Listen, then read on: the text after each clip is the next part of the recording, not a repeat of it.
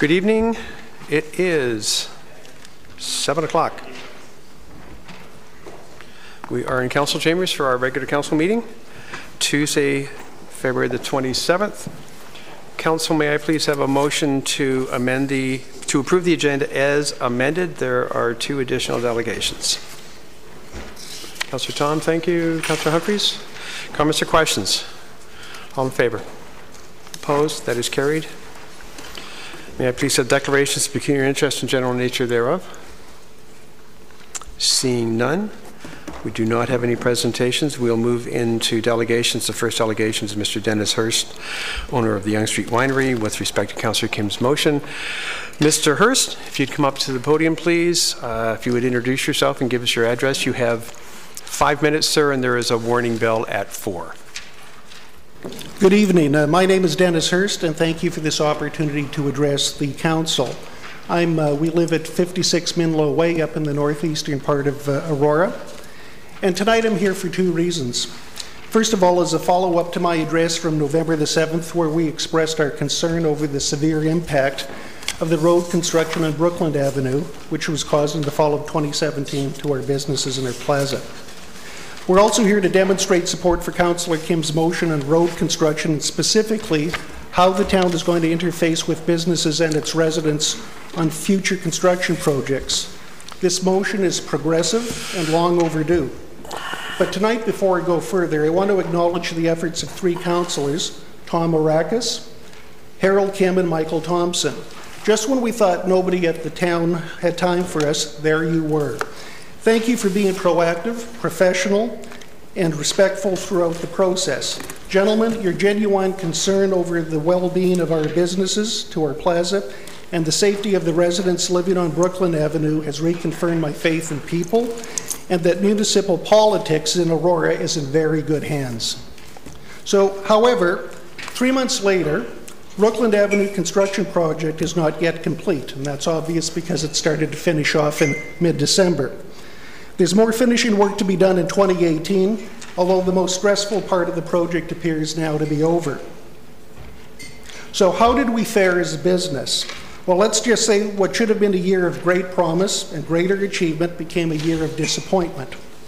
So here we are, it's 2018, and despite the new challenges that every local business faces this year, road construction in Aurora doesn't have to be one of them. So what's my point? The point is this. Let's learn from our history, and together, let's try not to repeat the mistakes of the past. When I go back in my mind and I think about how our situation could have been avoided or certainly improved, I believe it came down to two things. First, there needed to be more and thorough communication earlier in the pre-construction process as to what was really going to happen, and then regular communication weekly throughout the construction process to manage everybody's expectations. More importantly, and this is my opinion, the town needed to conduct a higher level of vigilance throughout the construction process with an emphasis on monitoring the activities of the construction company staff. Our observation was that the construction staff did whatever they wanted, whenever they wanted, and however they wanted, with little or no regard for the businesses on Brooklyn or the residents of that street. So, in the spirit of partnership, at a high level, I've got 7 suggestions when it comes to perhaps better managing future road construction. Point number 1, consider leveraging a different communication strategy and start with that great website that the town has. I looked on it a couple weeks ago, I looked on it today. If I'm looking for road construction, where it's going to happen and who it's going to happen to, folks, where is it? It's not there. And if it is there, if I have to take more than 5 minutes to dig for it, then your website and your web provider isn't working. So let's ask that question, why is it not posted, at least at a high level, so that people can get some notification and come to council meetings like this and talk about it rationally and reasonably? Point number 2, it would behoove the town, by instructing appropriate town staff and even councillors, to interact and liaise with the businesses who will be directly impacted by the construction. May I suggest personal visitations to explain the project in the pre-construction phase and multiple visitations during construction. The councillors who came to our store and our business were very helpful, and they got to see what we saw. The town must also monitor the construction sites frequently during the day and work week, and also including weekends. Our experience in the months of October and November and December with the construction workers was nothing short of infuriating. We were shocked at what actually was taking place in moving heavy equipment and machinery jockeying on Saturdays, and I'm not kidding. About 30 seconds, sir. I'll wrap it up. Thank you. Councillor Puri, Gartner, all in favor? Opposed? Carry on, sir. Shall I carry on? Thank you, Mayor. The town also needs to make certain the construction company follows existing bylaws and rules with respect to important agreements such as roads or driveways not being closed, and especially for long periods of time. We had to intervene with the construction staff on many occasions to make certain that the access from Yonge Street onto Brooklyn wasn't blocked, and also making sure that access right into our plaza wasn't blocked. And I have pictures and videos of all of this going back 3 months. We also need to make certain that the job is completed on time, and if there's going to be changes to the schedule for weather or whatever reason, that we talk about it. Maybe things can change. Like some of the work that impacted our plaza in the fall, could it have been done in August or earlier? I don't know, but we're reasonable people. Let's work together to find out. And not finally, but making the construction area more inviting and appealing to consumers and less intimidating. You started to use, in the end, more consumer-friendly signage and make the construction sites look less like a war zone and more like areas that were still open for business and easily accessible. And finally, if a road construction project is taking far too long, and this one did, and it's been mishandled, and whose fault it is, it doesn't really matter, should the town not offer compensation to those businesses who have been most negatively impacted? No doubt the town has contingency funding available, and it's something that we might want to talk about in the future. So these are some of the recommendations or suggestions that we have, but the truth is 5 minutes simply isn't sufficient time to address the topic. Thank you for your time, and I look forward to further discussion on this. Thank you, Mr. Hurst. Before you go away, may I first have a motion to receive and refer? Councillor Gartner and Thompson, Hull. Oh, I'm sorry. Questions, Councillor Gartner. Well, first of all, I sincerely apologize for all the trouble that you went through with this construction.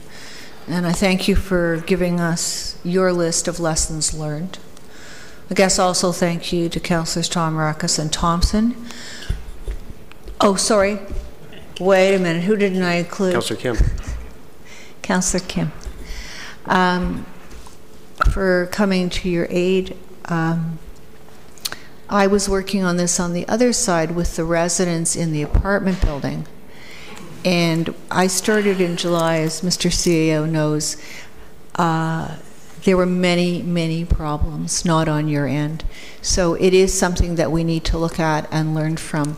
But above all, we need to apologize to you for the failure with the communication, etc., that you've mentioned. Any other speakers, please? Mr. Hurst, thank you very much for coming out. We do empathize with you, absolutely. And I know that there's some other issues going on in terms of how we look at awarding contracts, period, to ensure that we're getting the top-notch contractors that we should have. Thank you, Mr. Mayor. Thank you, sir. All in favor of receipt and refer, then, please. Opposed? That is carried. Thank you, sir. Our next delegate is Javed Khan. Mr. Khan? If you could give us your name, address, sir. You have 5 minutes with a warning at 4. Thank you, Mr. Mayor. Javed Khan, 22 Turnbridge Road in Aurora. Mayor Dahl, councillors, ladies and gentlemen, my name is Javed Khan. I'm the past chair of the Board of Directors for the Aurora Chamber of Commerce. It's a pleasure to be welcomed back and speak in support of Dr. Brian Moore's request to revisit an excerpt of a sign bylaw. The Aurora Chamber of Commerce's mission is to not only represent over 550 business members, we also lead and serve 1,500 businesses in Aurora, including approximately 150 different industries and head offices. Our goal continues to be to build, drive, and positively influence Aurora's economic landscape. Tonight, I'm here representing the Aurora Chamber of Commerce in support of Dr. Brian Moore of Moore Chiropractic Group and his request to formally request a section of the Aurora sign bylaw identified as bylaw number 5840-16 to be reopened for discussion. In particular, the revisiting of A-frame signage on village streets and main streets. We believe A-frame signage can be not only an effective tool that can help promote and attract, it also allows for easy alterations to the message, and therefore fewer signs will be posted in our community because the message on an A-frame sign can be interchangeable. We as a chamber concur with Dr. Moore of a need to create an environment that is inviting to our community and to seek various ways to engage them, especially within the downtown core. We support opening discussions in a collaborative manner that would propose that Aurora once again introduce A-frame signage into the sign bylaw with certain restrictions and design guidelines. I believe that this is not only an issue for Dr. Moore's business, it could be an issue for others in our business community. The proposal can open up the conversation with other business owners in addition to those you've heard from today. We appreciate your attention to this important matter from one of our business owners and look forward to working together in finding a fair and reasonable solution for our business community. In closing, thank you to Council and staff for your continued support and being a collaborative partner of the Aurora Chamber of Commerce. Well done, sir. Thank you. Thank you. Motion to receive and refer Mr. Khan's presentation. Councillor Thompson, Councillor Kim, any comments or questions for Javed? Councillor Abel. Thank you, Javed, for coming forward. There's two questions. It's just regarding the A-frame and the signs. As you were the past president of the chamber, were you, to your recollection, engaged or asked about this part of the enactment of the bylaw? No, I wasn't the chair at the time of the Aurora Chamber of Commerce. Not at the time that the Aurora Chamber was asked to engage in the sign bylaw revisitation. And you were also a member of the Economic and Development Advisory Committee. I was a member of the Economic And do you recall that being a part of the subject matter brought forward? No, I don't recall. Okay, that's great. Okay. Good to see you. Thank you. Councillor Kim?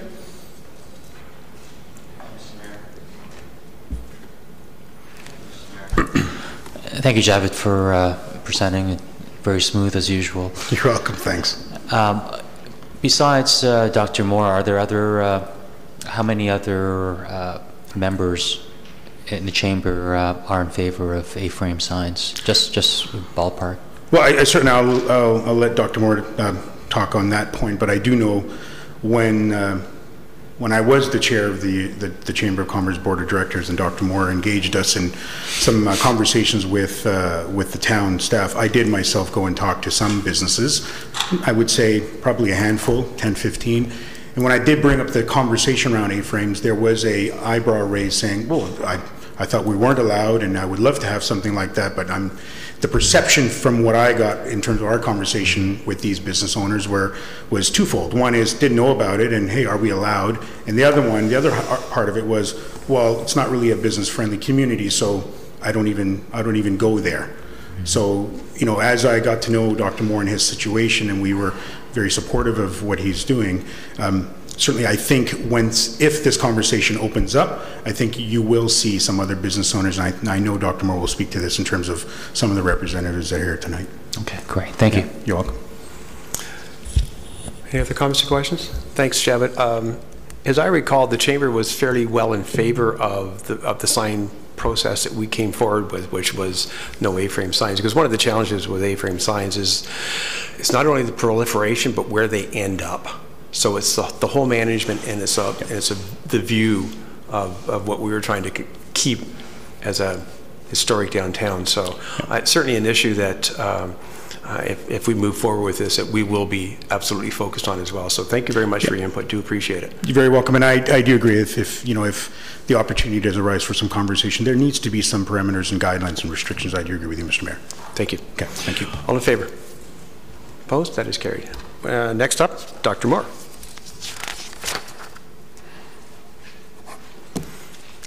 Dr. Moore, if you could give us your name and address, you have 5 minutes and there's a warning bell at 4. Thank you. Good evening, Mr. Mayor and members of council.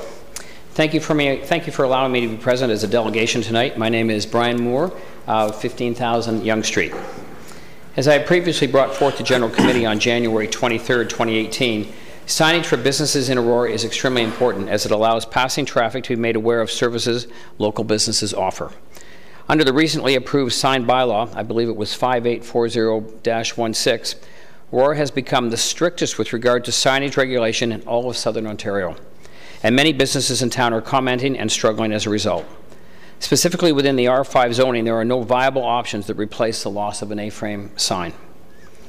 A-frame signage is effective because it allows businesses to communicate a message to people either walking or driving by with the clearest and easiest to read message. Additionally, an A-frame sign or A-frame signage allows for easy alterations to the message, meaning fewer signs are needed because they can be interchangeable. They are also cost affordable, durable, and do not require elaborate construction. A-frame signage presents an opportunity for a unique, colorful, informative, distinct, and attractive environment in downtown Aurora, an environment that draws people to the downtown core for an ice cream cone or for a specialty latte. This is needed in Aurora not only for the merchants but for our residents as well. Giving downtown businesses the opportunity to have an A-frame menu or specials board could encourage people by seeing the sign to stop in the future. Harley Flamia is here tonight and was planning to delegate, but due to procedural bylaws was unable to do so. However, this is exactly the type of A-frame signage he would like to see in place in the front of all shops to enhance his ability to highlight the benefits of visiting his downtown restaurant. We need to create an environment that is warm and friendly, like downtown Newmarket or downtown Collingwood, and that will soften the current traffic throughway of Yonge and Wellington streets, and to encourage people to engage with the downtown core. It's hard for them to do that if they do not know the nature of what is offered in the area. In reviewing the proposed Aurora Promenade Streetscape and Design Implementation Plan, it specifically suggests in Section 4, page 84, that in the village street areas, A-frame movable signs would be allowable and a preferable sign type, but mobile billboard signs would not. This seems perfectly reasonable as large mobile signs are too big for many of these frontages in this area, but to completely ban them. A-frame signage appears to contradict the intent of the Promenade study as it recognizes the importance of signage in this area. Banning of the A-frame signage appears oppressive and limits the ability of businesses to engage with the residents of the area. I'd like to propose that Aurora once again introduce A-frame signage into the sign bylaw with size restrictions similar to those previous and potentially with permit systems that would ensure design and guidelines are followed. I would ask that if council is in favor of reviewing the sign bylaw and if the request is to proceed to staff for review, that the report be completed within 4 weeks and a copy of the report be sent to both myself and to the Aurora Chamber.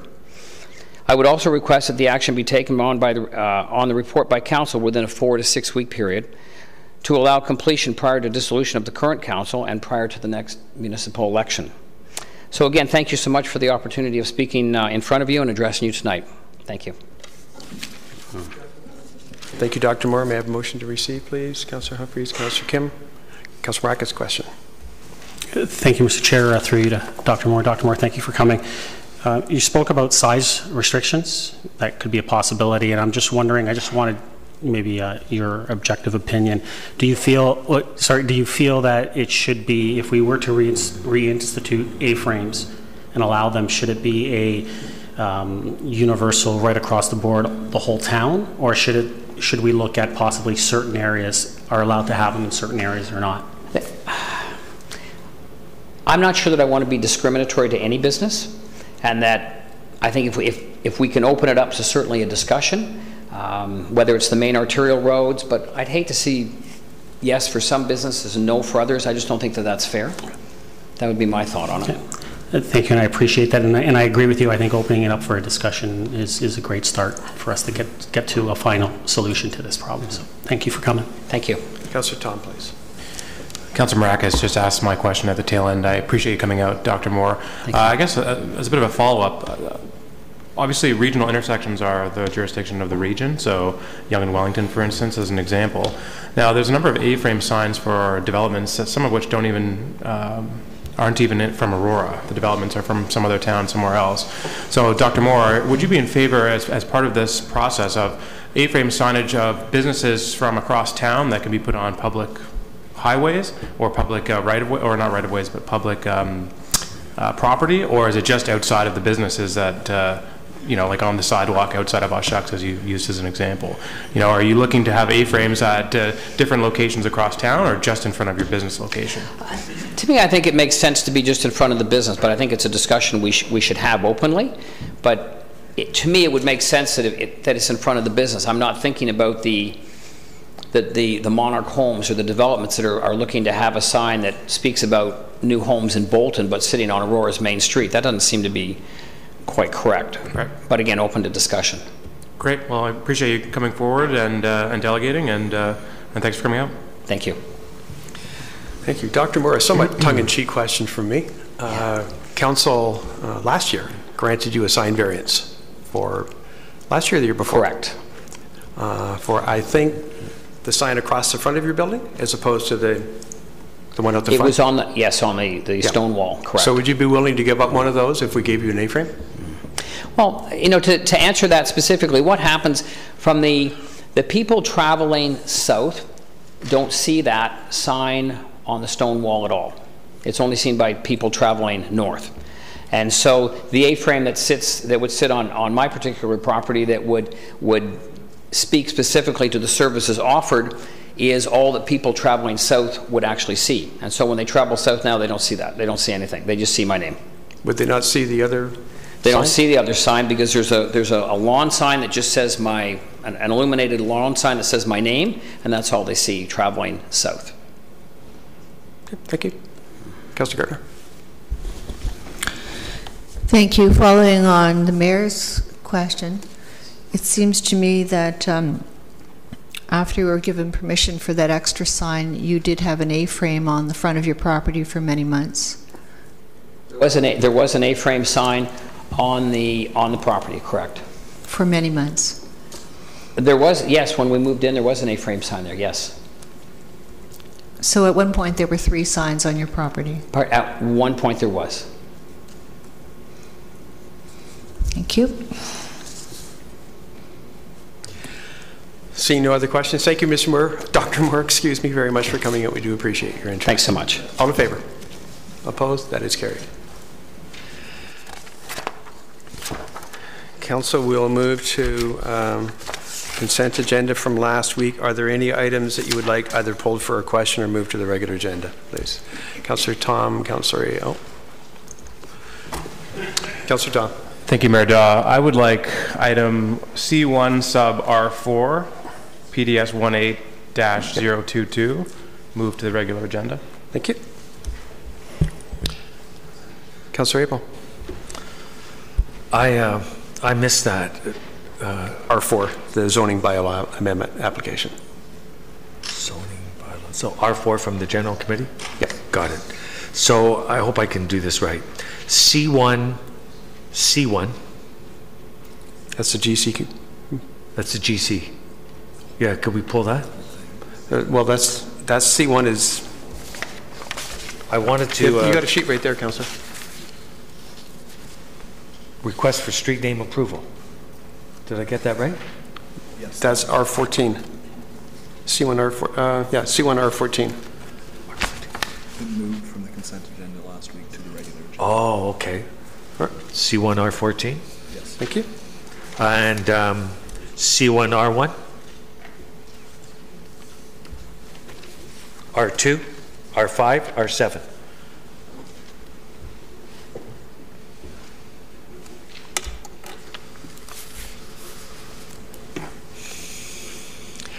Councilor Marcus. Thank you, Mr. Chair. R4 was already, C1 R4 was already pulled, so C1 R8. Okay. Councilor Gardner. C1 R2 for a recorded vote. Done. It's already pulled. Oh, good. Okay, so reprising, then we have R1, R2, R4, R5, R7, R8, and R14. Move to the regular agenda. Councillor Perry. Thank you, Mr. Mayor. I'll presume that people pulling items will be bringing forward new information to I'm the hoping debate? so. Thank you. Thank you.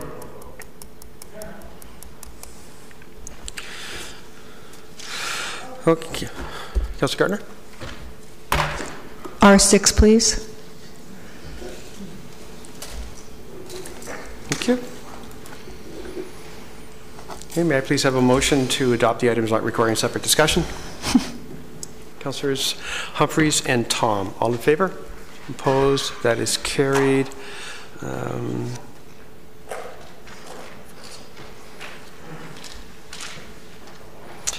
We normally go through the two. There's two regular agenda items tonight, which I think should be fairly straightforward, although I may have just jinxed it. So if we could do those, and because I think we're going to move, there's some people who are interested in the other ones, so if we'll move those around. So if we can deal with those two first, please. If someone would bring R1, put it on the floor, please. Is the street lighting LED conversion project status. Thank you, Councillor Kim. Is there a second? Councillor Marakis, pardon me. Councillor, who would like to speak to this one? Councillor Kim? I'm sorry? Did we vote on the... No. Because there's a standard. This is the way we always do it. Councillor Kim? Thank you, Mr. Mayor.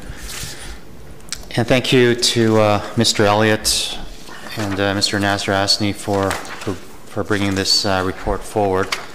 We know we've asked it for a few months, and just the other Saturday morning I saw Mr. Elliott marching into town hall, working the full Saturday to get this report completed on time, and it was good to see that he's so diligent. I was reading the report, and I think it contains pretty much everything everyone wanted in it. It still left a couple of questions, but we do know that staff will come back with those items. First, I was surprised in terms of the investment grade audit consultant's report. I mean, there's some common sensical things that I thought would have been caught that wasn't caught, and is now, we have to look back at these expenses and have to investigate and try to get these costs back. I mean, the auditor consultant's report used average maintenance costs, and Aurora's costs are lower than the industry average. And so naturally, when you do the estimate, the savings are not going to be there because it's built on average costs, and fortunately, or unfortunately in this case, we actually have a lower average maintenance costs. And so for that not to have been noticed at the time of the report is kind of stifling to me. And the town maintenance costs we're finding is more related to wiring and the lamp pole maintenance than the actual luminaire and the bulb replacements. And so just identifying what the maintenance item is a glaring item that kind of sticks out that should have been caught. And because we did not include luminaire and bulb replacement as part of the maintenance cost, this maintenance item was not identified. Therefore, the cost of this item will further reduce the savings gap, I'm assuming. And I'll allow Mr. Nasser-Asni to answer that shortly. So the questions I have is, whose responsibility was it to review the audit consultant's report? And should the auditor consultant not have asked us more questions about the nature of our maintenance and our cost structure? Did we even know our maintenance costs for our street lighting at that time to even ask it? And so the savings of $362,000 per year, which was, with the payback period of 9 years, looks like it's going to be about 10 and a half years as I do the math. And eventually we will get the payback, but it's just going to be stretched out over a longer period of time. Another item that I was not so happy with was it's totally unacceptable that Real Term, they did not provide detailed reports to Electra as the streetlights were being replaced. If you do one street and you complete 100 lights, you notify Electra or PowerStream, whatever they were called at the time, and let them know that these new bulbs are in, they have a rating of this much, so the billing should be at a different rate. So, I'm surprised that that was not in the contract and that they did not do that, and now we have to go back and ensure that they charge this correctly.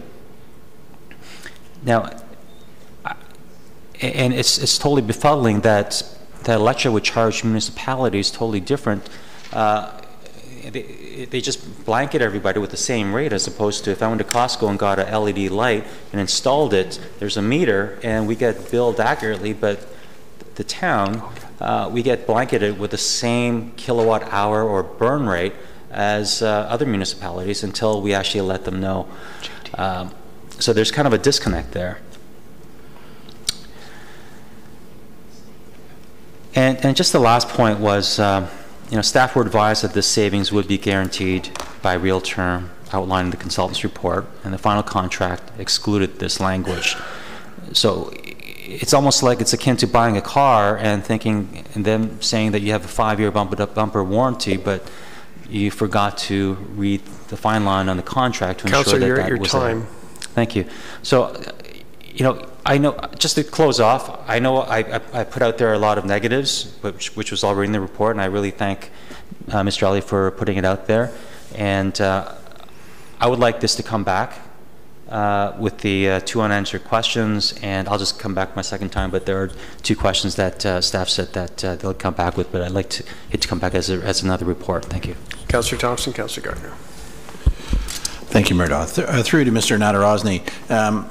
My assumption is this report was probably written about 2 weeks ago, and within the report it talks about, the staff are still working with LAS and the various parties to pursue retroactive applications.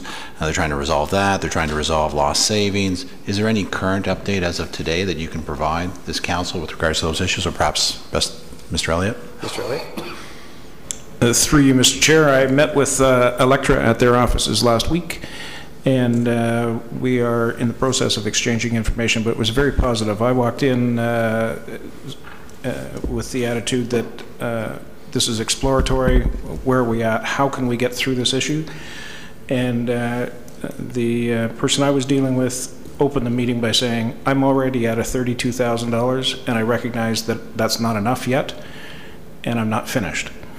And so I'm at 52, and she's at 32, and she's not finished yet. And so it's a work in process, but I was very encouraged by the attitude and the reception that I had at Electra, and they're looking to make it right. So. Great, that's good to hear, and I look forward to a further report just finalizing the outcomes. Councillor Gardner. Thank you, and I was following Councillor Kim's emails with interest last year, because I got a complaint from a resident who said that the lights that were installed on his street the light was shining into his daughter's bedroom window, and they didn't find it acceptable. So when I spoke with Mr. Simonovskis, he said that there were many light fixtures that were improper, and that they had to be replaced to prevent light from or to ensure that the light was going in the right direction, which I assume was down. So my question is, and I don't see that covered here in the report, that took months. It took months. And I just want to be sure that we weren't charged either for the new light fixture or the installation. 2 installations we're talking about. So the new light fixtures or the second installation. And then also in that process, and it wasn't the fault of the town, it was the fault of the supplier, we missed the electricity savings, I'm assuming we did, or part of them in that time. Through you, Mr. Chair, my review did not actually look at the billings to Real Term or from Real Term and the payments to them, although I do know that we have not fully paid out the full amount of their contract. My understanding from the project manager that I've dealt with upstairs is that those lamp replacements are not being paid for twice. We're paying once. My report speaks to delays by Realterm in completing the project. And that sort of goes to the second part of your question. We didn't get the savings when we hoped we would have. And so that's the second part of my follow-up. Once I've completed my work with Electra, if there's any shortfall on what I believe is rightfully ours there, I will add it to the amount I believe is related to Realterm's lag in completing the project. I believe that's $39,000 on page 6 of 9. I'll be pursuing that. And we have some email correspondence between Realterm and ourselves in the past related to this. We guarantee the savings. And so it'll be an interesting discussion. I'm not sure how far that's going to progress, but it's my intent to follow that up once I'm finished with Electra. Thank you. Follow up. My understanding that those lights were in the estate residential areas, so they should be pretty easy to track. And also, the part of the question that I asked was, I don't know, but we didn't pay twice also for the installation, not only the light fixture, but the labor. Thank you. Councilor Marcus. Thank you, Mr. Chair. Through you to our CAO. My colleagues have raised some very important questions, I believe, and as we're just receiving this for information, I'm just wondering, do we need an amendment to ask for a specific report to come back with some final outcomes and answers to these questions, or will that just come in the normal process? Mr. CAO. Thank you, Mr. Chair. Since, excuse me, since the items we're raising this report as outstanding, but we wanted to get this report to you now, we'll just follow up with another information report once we complete the work. Thank you, Mr. Chair. We'll look forward to that report. Councillor Kim, did you have more questions? Or? You're good? Okay. Councillor Abel. Thank you, Mayor Dahl. And so if you could just, I'm sort of looking through the background on this. The idea for the payback on our investment on billing, was it 7 years? Through you, Mr. Mayor. Mr. Elliott? In preparing this report, I went back and it said it was going to be 8 to 10, and that drove a 10-year debenture. Thank you. And so you can't really comment on if we're on target until we get a full billing cycle. And due to the complexity of the completion of the project, that won't be, and you have to go back and check out some other factors due to the complexity. So we'll know better by the end of, once we completed 2018. Is that the indication? Through you, Mr. Chair, I would suggest that I can conclude today that we have received the demand reductions that we expected from the project.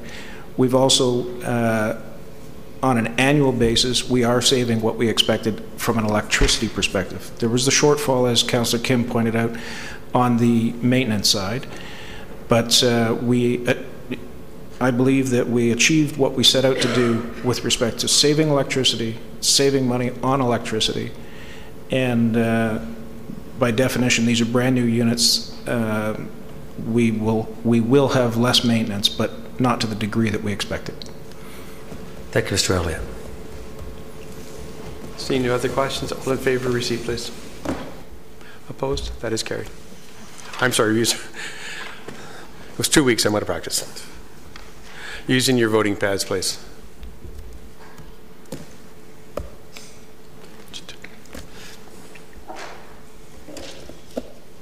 That carries. Thank you. If we can move to R2, which is the AMO correspondence, please. Someone care to put? Councillor Tom, thank you. Second, Councillor Perry. Comments or questions on this? Councillor Thompson. Mayor Dahl, I might as well move now. Within this report, there is a motion, and that was the intent of putting it on the agenda. It was a request from JCC, and so the motion that is on page 3 of that report, I'd like to add it to the recommendation in front of us.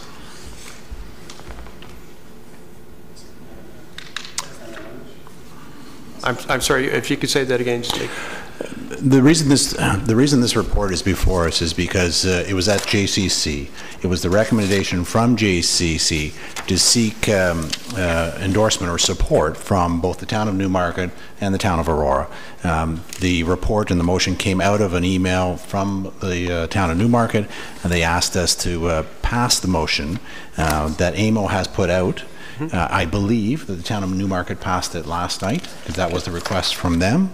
Perhaps the clerk can speak to that, but on page 3, the bottom part, it says, now therefore be it resolved, and it talks about the call to action with regards to the fire medic issue. Happy to provide some extra commentary to those that don't sit on JCC, but suffice it to say that Chief Lang has a number of concerns with regards to this and is looking for support from the town. So your amendment would be to insert the appropriate wording in this and then to pass it as a motion that would be submitted as directed. Sure. Thank you. Does that work, Mr. Clerk? Councillor Thompson, Councillor Maracus has been as the amendment. I'll make it as an amendment. It's a friend. It's a well, it says council provides direction in the second clause, and so that's really where I'm putting this. Yeah, it's a friendly amendment, so that's fine. I would suggest. Thank you, Councillor Thompson. Councillor Humphreys and Councillor Gardner. Thank you, Mr. Mayor, and just maybe I can talk to Councillor Thompson offline, but basically a willingness to support this motion is being asked for us to endorse it and move forward. Sorry, through you, Mr. Mayor. Correct. If I may, anybody on JCC is welcome to talk, but there's concerns with regards to the process and interest arbitration and how this is being brought about, and so the call by AMO and others is really asking for some changes to the legislation to ensure that there are some protections for municipalities that may or may not want to go this route. I don't know if Mr. Nadarosny wants to add to that or not, but essentially, it really is the direction of JCC and the concerns that were expressed by Chief Lang. Yep. Thank you, Mr. Mayor. I appreciate that very much, because I could see, personally speaking, why some of the concerns are what they are. So I appreciate you bringing this forward and us endorsing it this evening. Councillor Gardner. Oh, did you pull Councillor Gardner? Okay. Councillor Maracus. Thank you, Mr. Chair. Yeah, I was just going to add that some of the concerns are within some of the smaller municipalities that do have volunteer services, that this could be problematic when it comes to their operating budget, and it could be of great concern, and basically, possibly end up with some real problems when it comes to tax time and their tax rates. So that's a real big issue. So that's why this is coming forward. Thank you. If there's no other speakers, then all in favor of the motion as amended, please. Contrary? That is carried. Oh, use our buttons here.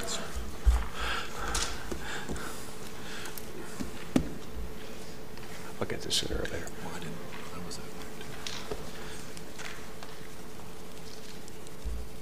That passes. Thank you. Hey, Council, if I can suggest, so we have people in the audience who are interested in, specifically that I know of, R2 and R5. Any other items that you would like us to address at this point? Councillor Peer? Thank you, Mr. Mayor. I'd make a motion that we bring forward Councillor Kim's motion. Okay. We can R2, R5, and Councillor Kim's motion? No, my motion is to bring that forward first. I'm sorry? I would bring that forward first. Okay. Second, Councillor Humphreys? All in favor? This is bringing forward Councillor Kim's motion. I'm sorry? The Councillor Abel's motion. Councillor Humphreys, you fine? Okay, Councillor Abel's motion. Thank you. All in favor? Opposed? Carried. Councillor Abel? Thank you, Mr. Mayor.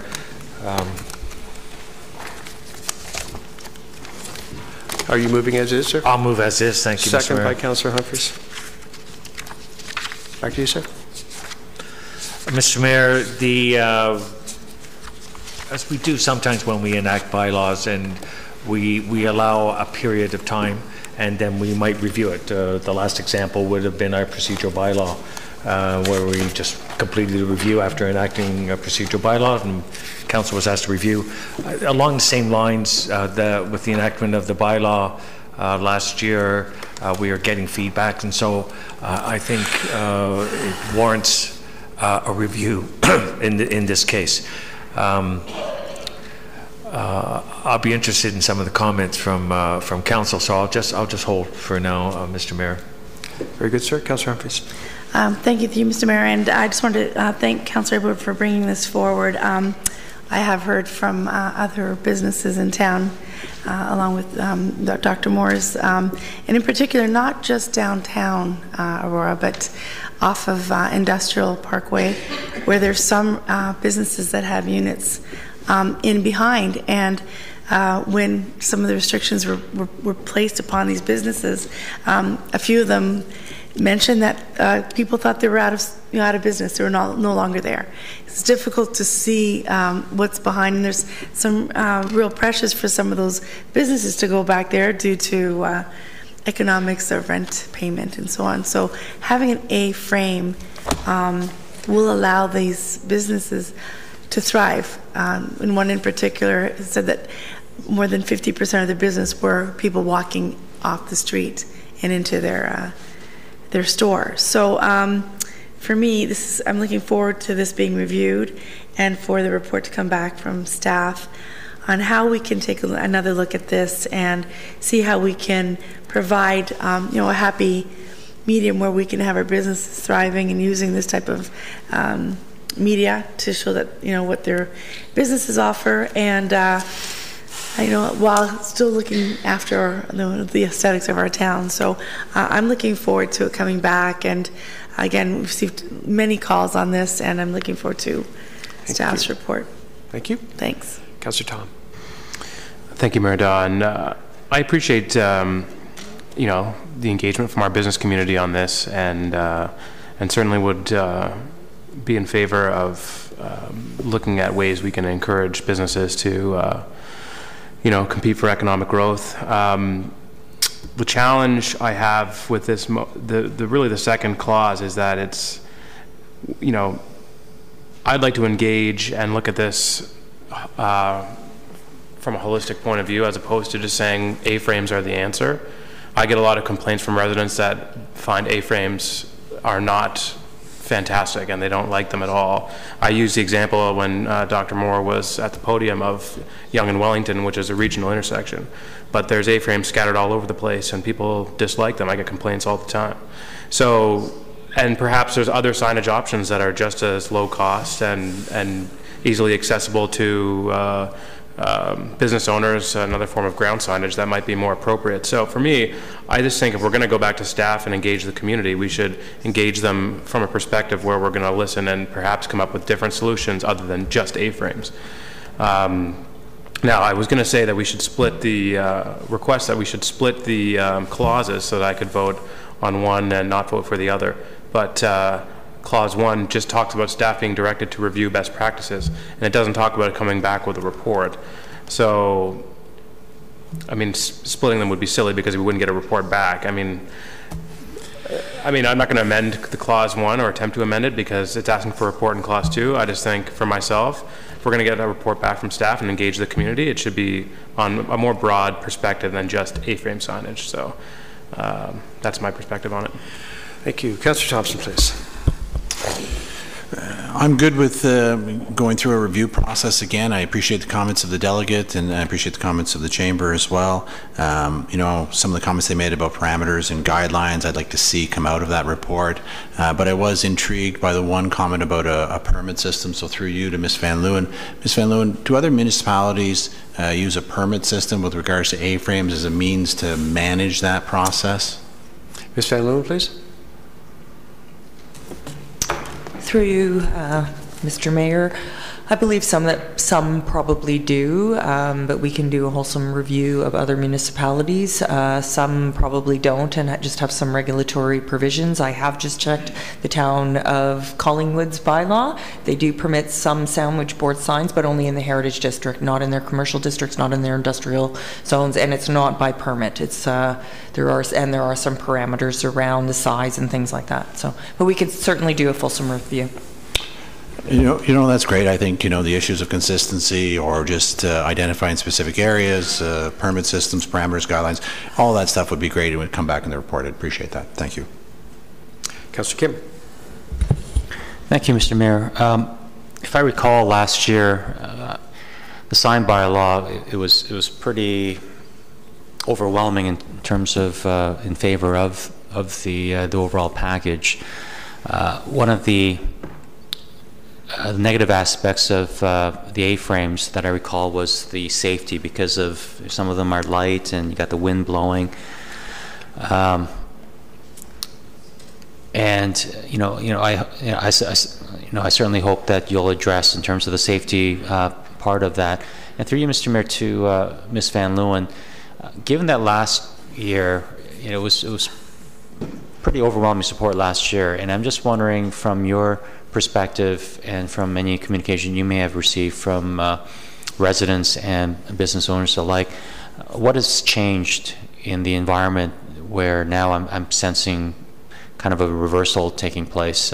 Is there something in the undercurrents that we're not aware of? Ms. Van Leeuwen? Through you, Mr. Mayor. That's interesting. We haven't actually received a lot of feedback since we've enacted this current bylaw. We did undertake to do an education campaign, and we did attend various businesses along Yonge Street Industrial Parkway. We haven't received a lot of negative feedback. I think initially probably businesses were perhaps a little surprised. They didn't realize that they weren't permitted anymore, but they were very cooperative, and a number of A-frame signs have been removed. Mm-hmm. Okay, thank you. Well, I always believe that we need to have flexibility, and especially with respect to partnering with our local businesses. You know, they are the heart of our downtown, and we want them to be successful. So I'm all for being flexible. So I look forward to receiving the report back when it does come back. Thank you. Councillor Perry. Thank you, Mr. Mayor, and through you to Director Van Leeuwen. Tasha, this sign bylaw is a 2016 originally, is it not? So when was it first approved? Ms. Van Leeuwen. If I could get clarification, do you mean the previous bylaw? So that in 2016 we brought forward a consolidated bylaw that brought together our temporary sign bylaw and permanent sign bylaw. Those two bylaws were enacted in 2007. I'm not exactly sure as to when initially the town enacted a sign bylaw. So I just wanted to seek a little bit of clarification. There was a comment made around the table that it's normal to look at a bylaw 1 year after we've adopted it. And I'm looking for a little bit of clarification that this is going to be the second year in a row that we're looking to make changes to the consolidated bylaw. Through you, Mr. Mayor, that's correct. We don't typically undertake an annual review of our bylaws.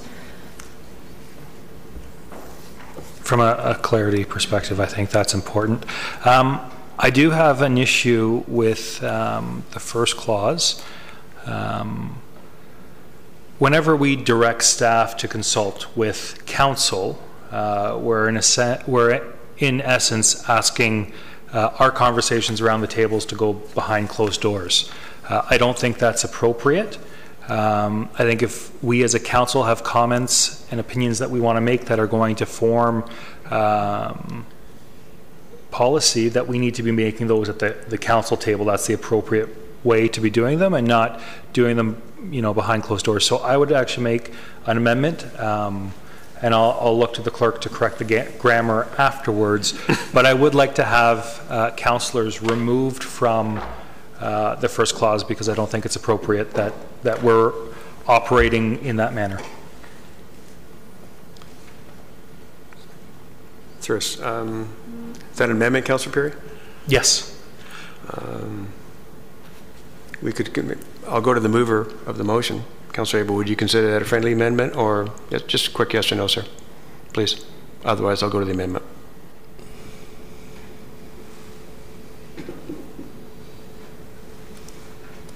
I don't know how to answer that question. Yes, By sir. yes or no, I would like to comment. In that case, I will go to, is there a seconder, please, for Councillor Perry's amendment? Councillor Gardner. Back to you, Councillor Perry, to speak to the amendment then. Thank you, Mr. Mayor, but I think I made my point when I put the amendment on the floor. Thank you. Speakers to the amendment, Councillor Abel. Thank you, Mayor Dahl. So I wanted to, first of all, I want to thank staff for assisting in writing this. They helped me with the wording. Perhaps the phrasing here could be engage businesses, the business community, and the public, and take in comments that councillors have made. And that's here at the table, so we've made comments. I'm hoping that staff understand what it is that we're concerned about. I think we have all engaged with the public, and they have, I think Councillor Humphrey said it best, businesses, when they were told to remove their signs, contacted their councillors and said, well, we're not aware of this, what's going on, and I rely on this. And so those are basically the comments. And having made them, and having looked at the director and getting a nod, that's basically all I wanted to say. And I would favor removing councillor, as Councillor Perry has said, having made my comments. Thank you. Councillor Gardner, Perry, Humphreys. Thank you. I seconded this because I wanted to know what Councillor Perry was talking about. To me, the wording the way it is doesn't assume that councillors are going behind closed doors to make comments. So could I, if that was Councillor Perry's meaning, could I ask through you, Mr. Mayor, for Councillor Perry to explain it? Councillor Perry?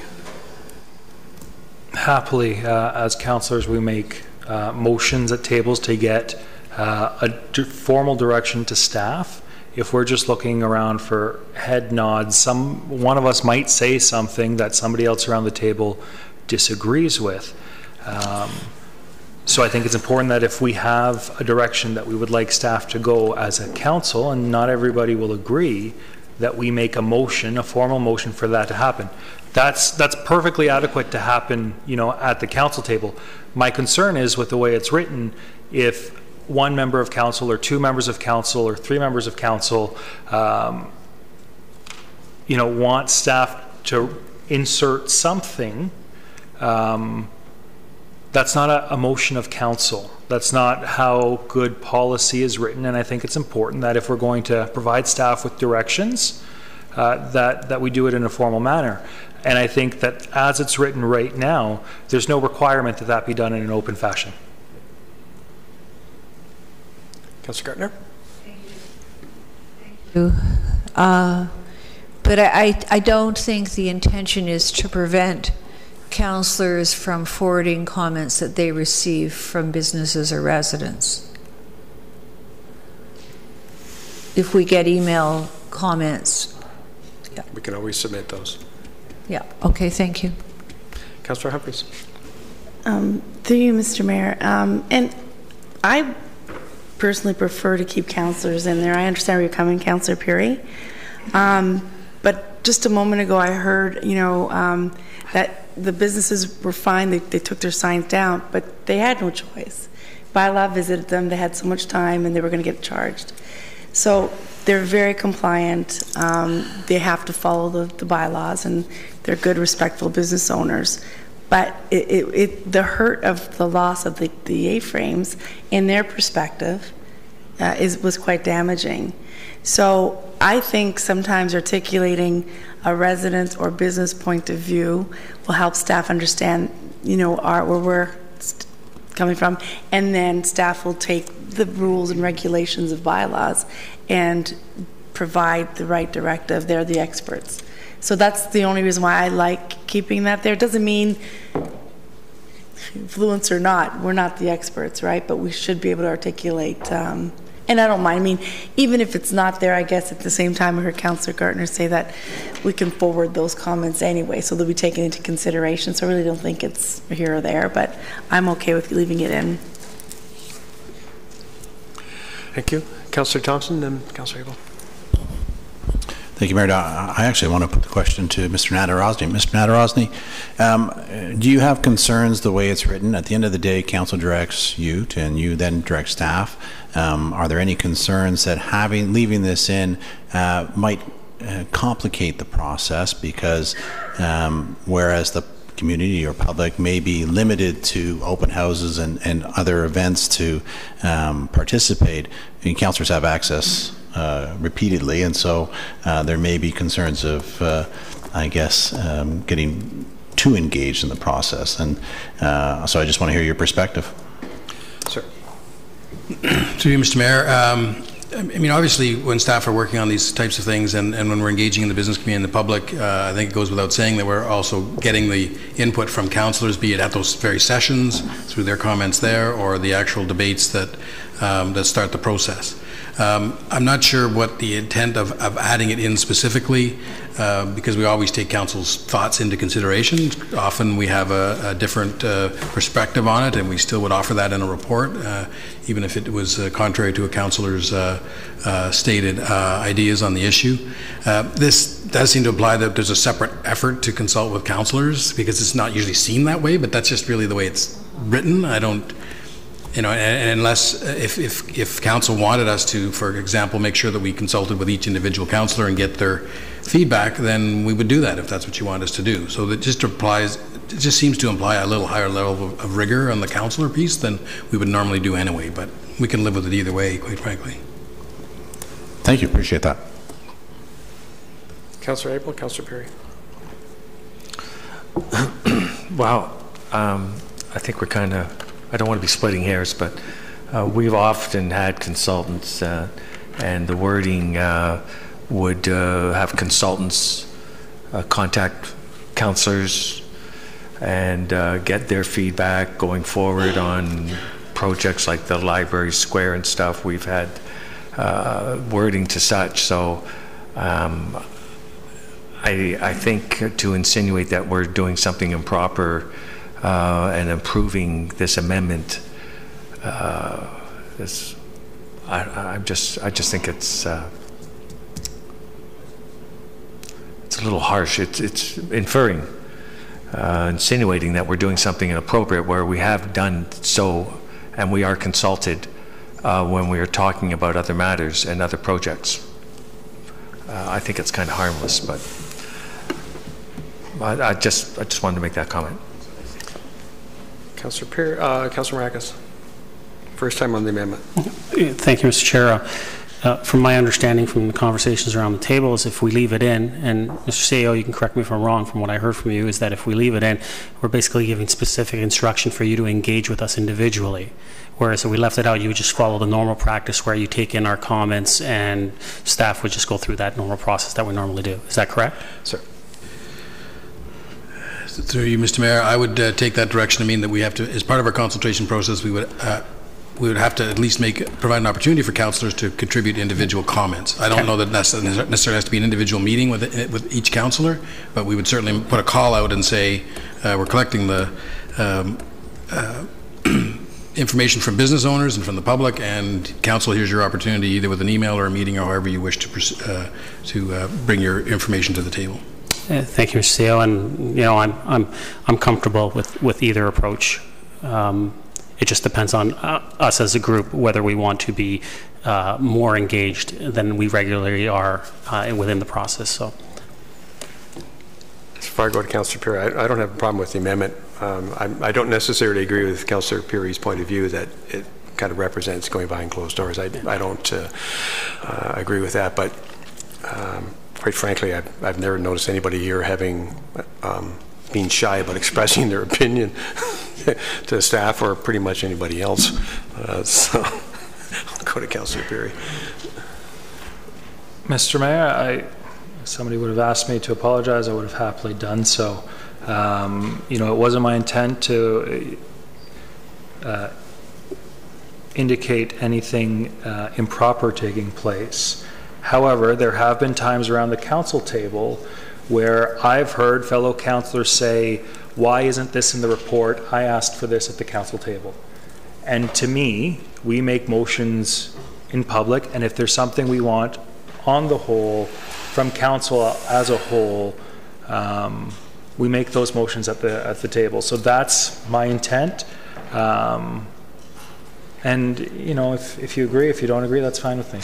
Doesn't bother me. Thank you. Seeing no more speakers to the amendment, using your tablets, all in favor of the amendment, which will remove the word councillor.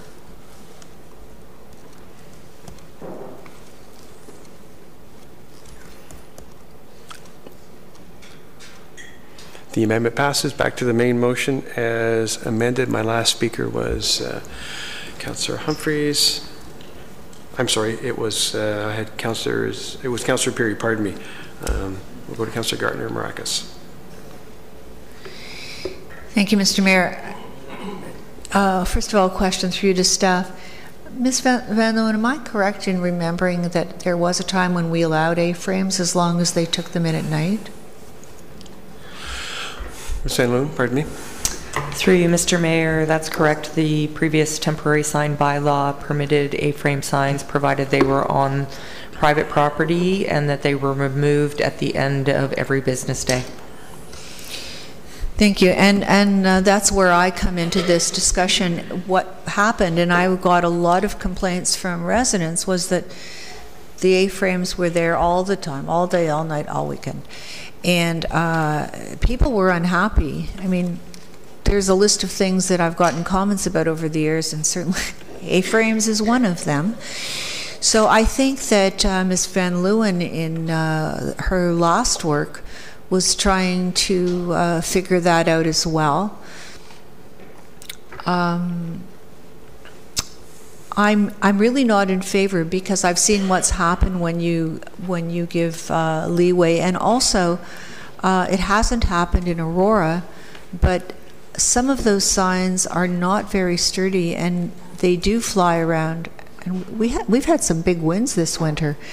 So I don't know, that's maybe that could be counteracted by having a different design of A-frame. But I remember when I was spoke to staff on behalf of two businesses.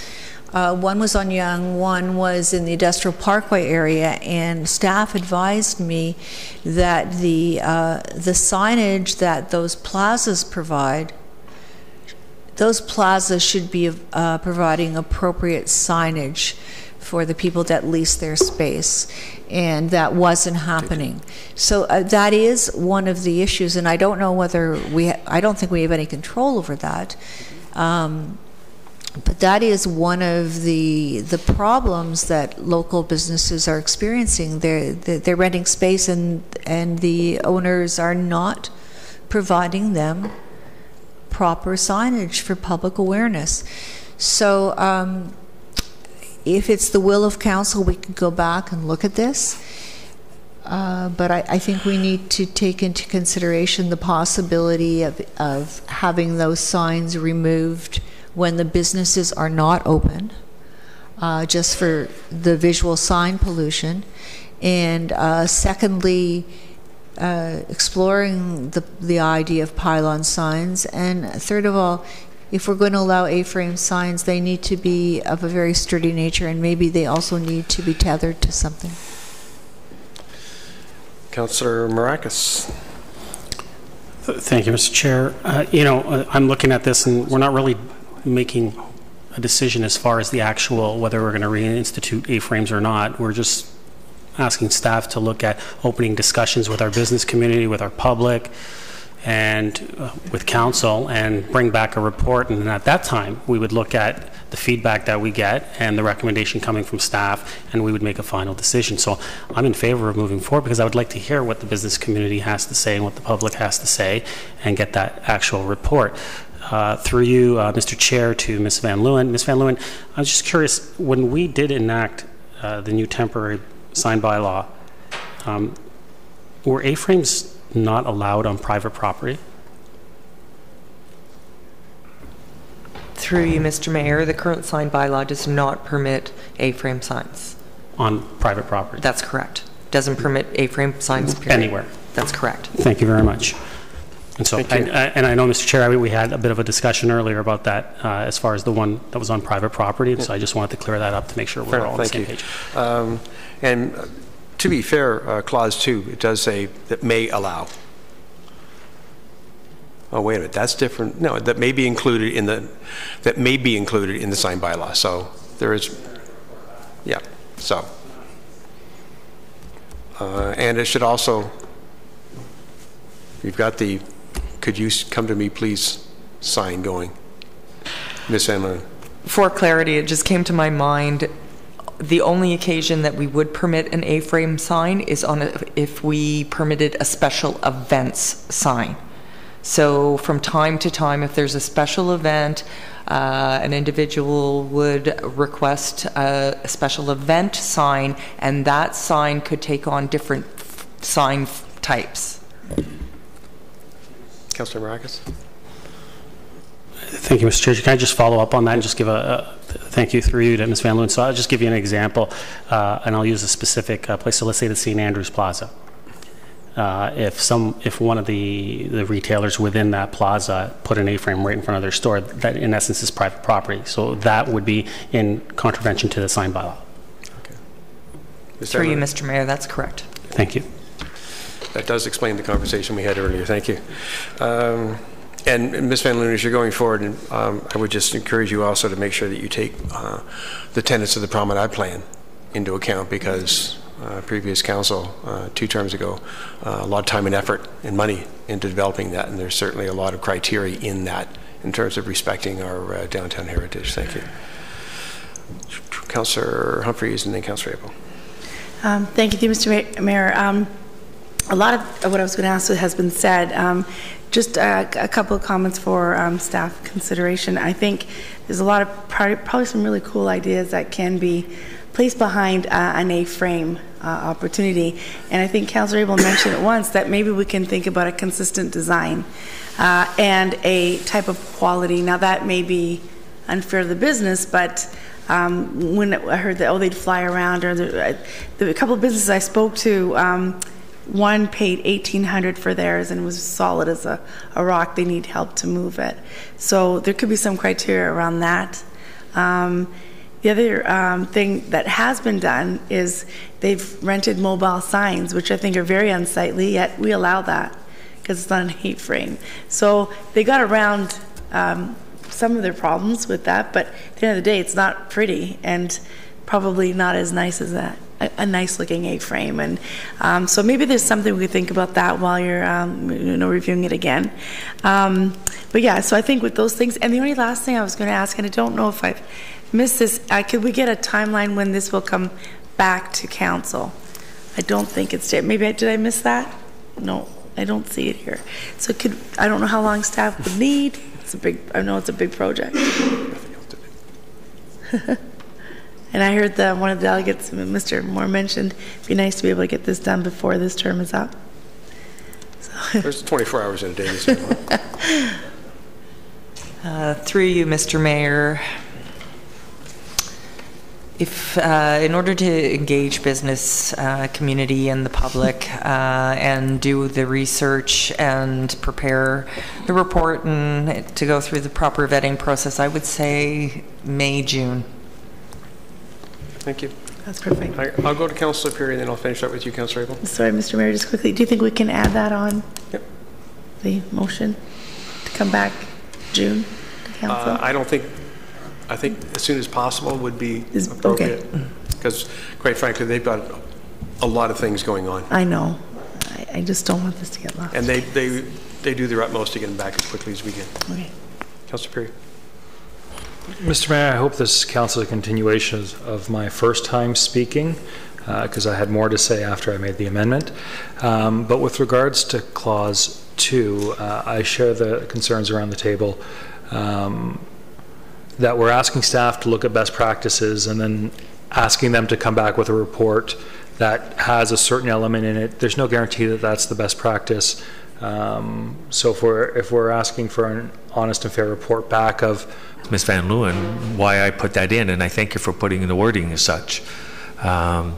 So it gives a bit of regulation to our A-frames that we're allowing out on there. The comment I was going to make was that we do travel and we go to different busy destinations, and myself, I travel and I've been noticing similar areas, and one in Newmarket, they have A-frames, downtown Toronto, Yonge Street A-frames, and I've traveled to other places. They're very, very busy, very a lot of pedestrian traffic, and the sidewalks are very similar to ours, and they have A-frames out there. So I think we're trying to get pedestrian traffic, and we're trying to increase our pedestrian flow, and so that's why I thought listening to the feedback from our business community, why we would ask for this. I know it's, as Councillor Perry says, the wording maybe wasn't clear. I would never say that we normally review. I was only using as an example why we would review a bylaw in this case, because we are hearing back. So I appreciate the comments from everyone, and it looks like we have support for this, so I'm hoping we can get this passed. Councillor Gardner. I'm fine, thank you. Councillor Tom. Thank you, Mr. Mayor. I'd like a question to, I guess, the clerk or the CAO, that if the two clauses were split and, say, the hypothetical situation that only clause 1 was passed, is it clear that staff would still come back with a report? All it says is that they're engaging with or businesses in the community, the public, and best practices. Or do you get my drift? I'll go to the clerk. I don't think he can. Through you, Mayor Daw, we like our clauses, our direction to staff to stand alone, and hypothetically, if clause 1 did pass, it doesn't really say anything, so I don't think that would be clear direction. Thank you, Mr. Clerk. Councillor Gardner. Thank you, Mr. Mayor. Just for clarification from the clerk or from Mr. CAO or maybe our lawyer, does the clause 2, that doesn't obligate us to go forward with A-frames? No. And thank you. Then I'm fine with it. Thank you. Calling the vote. Councillor Perry, you're already twice, sir. Councillor Perry was saying. You are. Yes, I did. You said you'd already spoken. Calling the vote, please. Councillor Perry would like to challenge the chair. All in favor? Of the challenge. Opposed?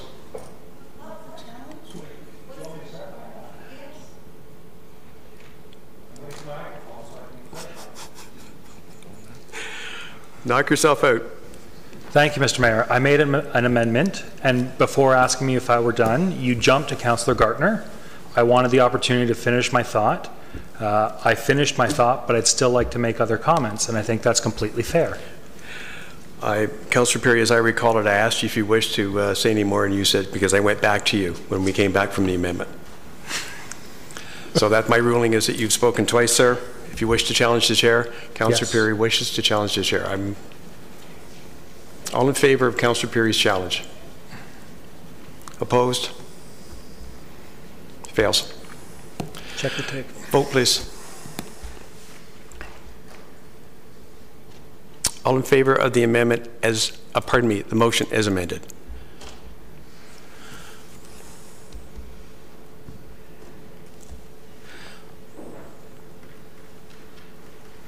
That passes. Thank you. If we could move then to R2, C1, R2, R1. Well, we have people in the audience under both R2 and R5, which was pulled. If someone would move those forward, please. Thank you, Councillors Humphreys and Kim. Sir? So long as we're moving stuff forward, I think there's people here for R4 as well. Okay, thank you. So can we do 2, 5, and 4 in that order? All in favor? Opposed? Carried. R2, please. Someone put that on the floor for us. This was, just a sec, this was, there was a recommendation for Mr. Ramuno. Would someone care to move that amendment? That was to Councillor Thompson, thank you, Councillor Maracas, and that was to, could you help us, Mr. Ramuno, with the official wording? Certainly, to you, Mr. Mayor. The recommendation in front of council was to approve the zoning bylaw amendment application for the Joe Stewart application to rezone the subject lands to facilitate a severance of the property into 2 lots. Yeah. Thank you, Mr. Ramuno. Does everybody understand what we're doing? So that was moved by Councillors Thompson and Maracas. Comments or questions on this, please? Councillor Gartner. Thank you. I tried this last week, but being in the chair is unnerving, as you know, Mr. Mayor.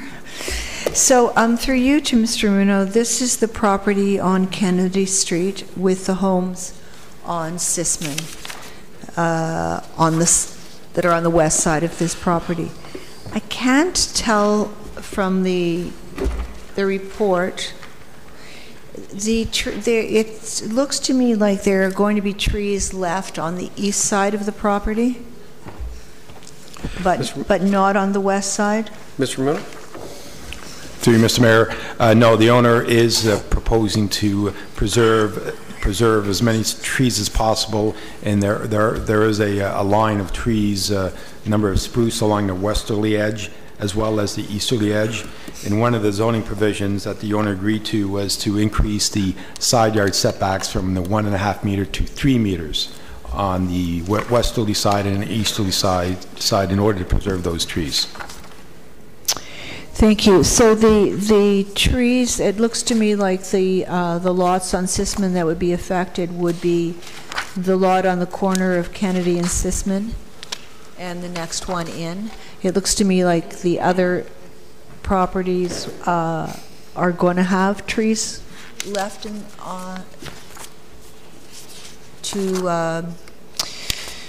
the trees are not on the residents' properties. They were just very upset that they would be losing the screening that the trees provided.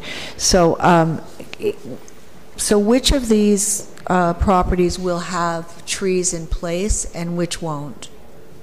Which of the properties will have the trees taken down, even though they're not on their property, and which of them won't? Well, through you, Mr. Mayor. I mean, there are a number of trees. I don't have the exact number, but there's about 4 or 5 that will be removed because they are within the building envelopes of the proposed 2 dwellings, closer to just set back from Kennedy Street. I can refer you to figure number 5. That's probably the best figure to look at. So there are some sort of black circles or dots that identify the couple maples and 3 Norway maples that will have to come down. But again, there are a number of trees along either easterly or westerly boundary that will be preserved. In addition, when a consent application is submitted, we will typically require a tree inventory, tree preservation and compensation planting. So there's always opportunity for additional plantings as part of that process. Thank you, Mr. Ramuno. On behalf of the residents who aren't here, and I had a lot of correspondence with them going back, they just kind of gave up. But through you, through Mr. Mayor to Mr. Ramuno, and for Mr. Ramuno through you to the developer, if there's any possibility of either keeping those trees or planting, I know there's a tree compensation policy, but a twig of a tree is not going to do anything to help provide the privacy that these residents are losing. So if you and the developer could do everything within your power, just in a good neighborly fashion to try and empathize with these residents and help them out, it would be greatly appreciated. Councillor Abel. Thank you, Mayor Daw. And I wanted to thank Mr. Ramuno for responding to the concerns by the applicant on this. And although it seems sort of minor, it was important to the applicant. And so that was on number 3, that the setback be amended to 12 meters rather than 7.5. So thank you, Mr. Ramuno, for responding for that. If there's no other speakers, we're calling the vote, please. All in favor? Oh, I'm sorry, using your machine. Councillor Gartner? I am going to have to vote against this, but I do want to make it clear that the owner and the developer has absolute right to do anything, and so I don't want there to be any misunderstanding that that I think this is a great project and the owner has the right to do this. I'm just going to have to vote against it because I don't have any assurance in writing that there's going to be anything done to help those few residents that came to council a while back and were so upset. Thank you. Thank you, Councillor Gartner. Using your tablets.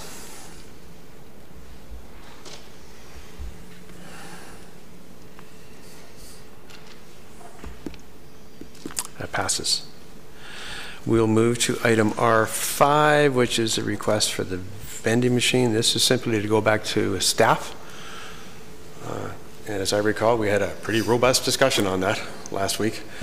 Mover and a seconder, please. Councillor Maracas, Councillor Tom. Councillor Abel, you pulled this?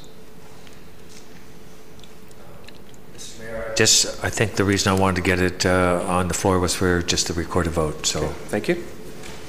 Using your voting tablets then, please. All in favor? This is a referral back to staff. Opposed? That is carried. Thank you. We'll move to R4, which is proposal for zoning bylaw application. Someone would move that for me, please.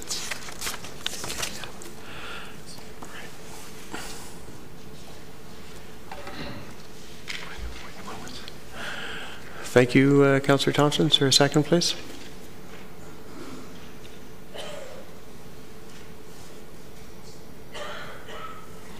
Councillor Abel, thank you. Speakers? Seeing Councillor Maracas? Thank you, Mr. Chair. I just, the new information I'll bring forward is that I think we all received an email from the Minister today, Municipal Affairs, in regards to Bill 139 and that it will take effect by April 3rd and that the regulations are still not out and they will be coming out.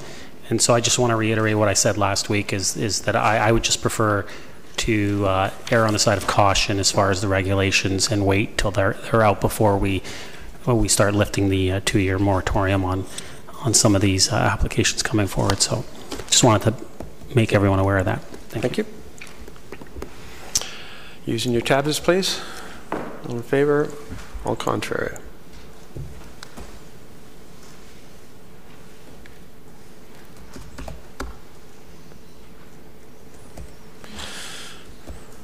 That fails.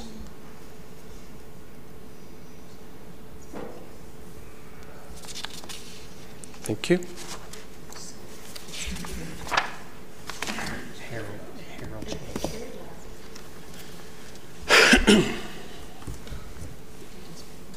No. We'll move to R1, which is the power of entry. That's also a referral back to staff.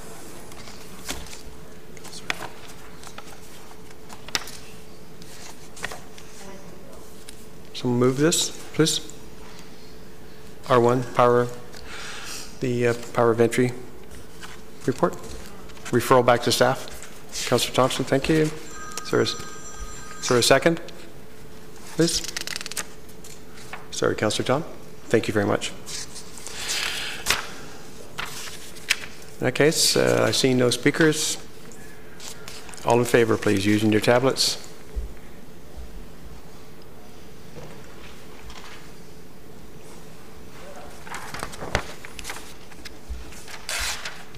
That carries. R6, the room hall permitting policy. Move that for me, please. Councillor Gardner, thank you. Is there a second? Councillor Marcus.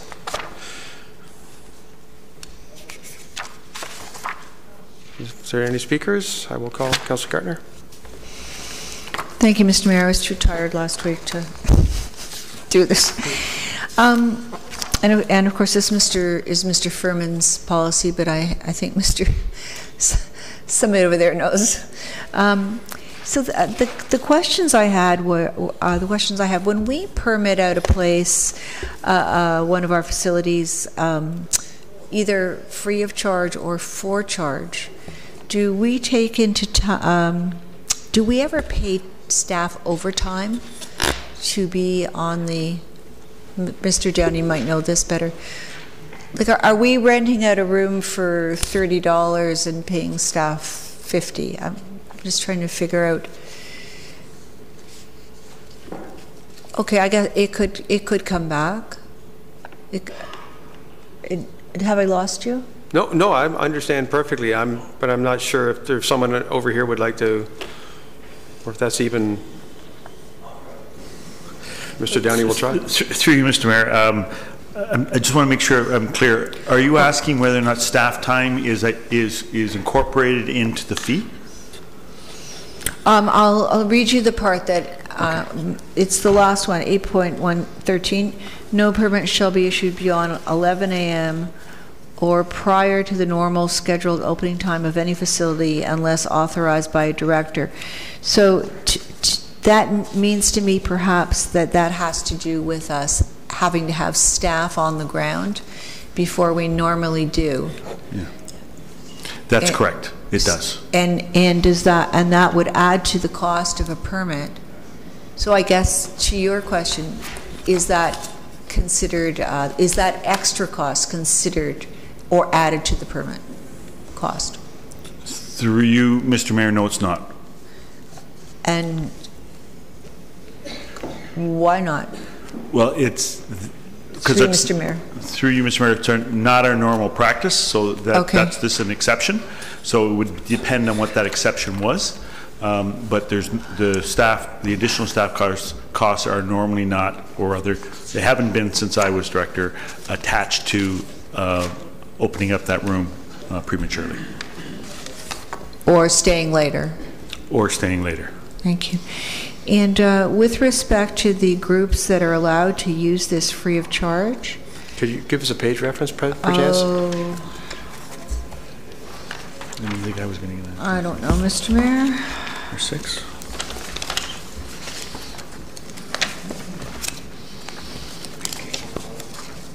.4, thanks you, Councillor. So it says Aurora-based not-for-profit groups are allowed, but it doesn't mention anything about Aurora community groups. There is a statement about York Region community groups, but would Aurora-based not-for-profit groups cover community groups? I didn't mean to catch you on the spot, Mr. Downey. It doesn't have to, or Ms. Worth, it doesn't have to be answered now.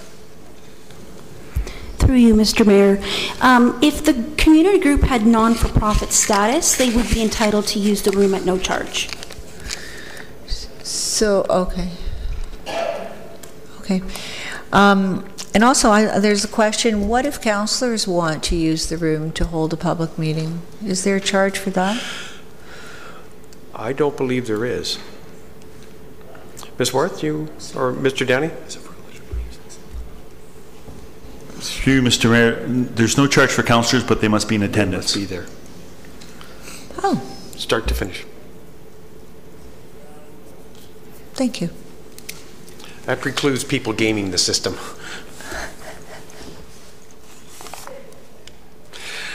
If there's no other questions on that, using your tablets, please. All in favor or against?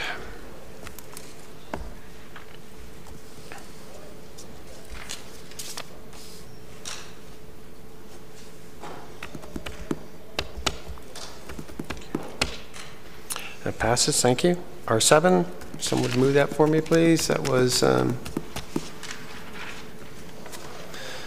just that the report be received. Councillor Tom, thank you. Didn't see your hand there. Councillor Maracas. Speakers, please. Seeing none. All in favor. Councillor Abel. Thank you, Mr. Mayor. So there's no discussion on the recommendation that an alternate be appointed.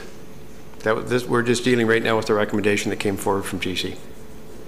And the recommendation that came forward from GC was that the report be received. All right. But it's too bad because it doesn't really give the gist of what took place last week, and that the recommendation from staff was to appoint a alternate for the mayor at Regional Council. I agree, but that's unfortunately or fortunately, whatever, that's not what we're discussing. We're simply at this point discussing whether or not the report be received. So, and I know no one wants to hear what was said last week.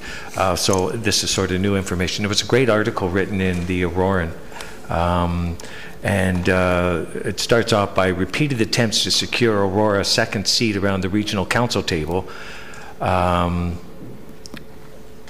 have not been available at York Region. Have been struck down by the region. But an alternate to attend meetings when Mayor Daw or the Aurora representative at the regional level is unable to attend has been a long sought after next to best thing to a full second seat, and was recently put in place by the province of Ontario. So that the province of Ontario was part of our report, but we've been looking for an alternate when the mayor's not available. So the new news is that King has already done so, have appointed, and the region has adopted an alternate, and Whitchurch, Stouffville, and East Gwillimbury are also in the process of putting in an alternate. And I think that's just information that should be put in for this item, because it wasn't in the report, it wasn't discussed last week. I think the way it's worded, East Gwillimbury, excuse me. Okay, Councillor Gartner's name is up on the screen. Councillor Abel, could you please just speak to the motion on the floor, which is that the report be received? I think that council should have an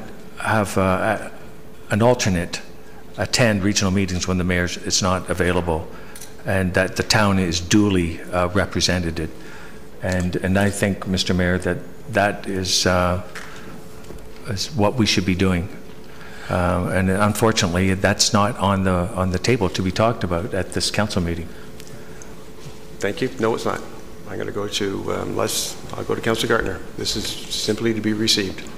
Thank you, Mr. Mayor, but I wanted to ask how this happened, because the recommendation from staff has 5 bullet points. So did we... This is a recommendation from General Committee to Council, was that the report be received. But did that is it. Do we vote on all the bullet points? And I don't understand. Mr. Clerk? Through you, Mr. Mayor, of course, have to check the tape, but my recollection is that Council voted on Clause 1 separately and then 2 through 5 at the same time. And Clause 1 carried, while Clauses 2 through 5 were defeated. So for the recommendation of the GC is to receive. Okay, thank you. Councillor Abel to the motion on the floor, please. Well, Mr. Mayor, if I could ask for the benefit of the public and our procedure, how is it that we can have a report before us that I pulled, which is the report from General Committee, and not be able to talk about it? Because we're talking to the recommendation, sir, that is on the floor. The recommendation is that it be received. That is it. Well, I'm talking about the report, Mr. Mayor. Councillor Abel, I'm going to have to rule you out of order. If you would like to speak to the motion, that is fine. The report number CS 18-002. I would like to talk to that. We're speaking to the motion. Mr. Clerk, would you care to clarify that for us? It's all right. I just, my comment is that for some reason we're not talking about a report that was brought forward. We should be allowed at council to talk about it. And you're saying that all I can do is talk about whether I want to receive it or not. And I can't speak about the report itself. That's correct.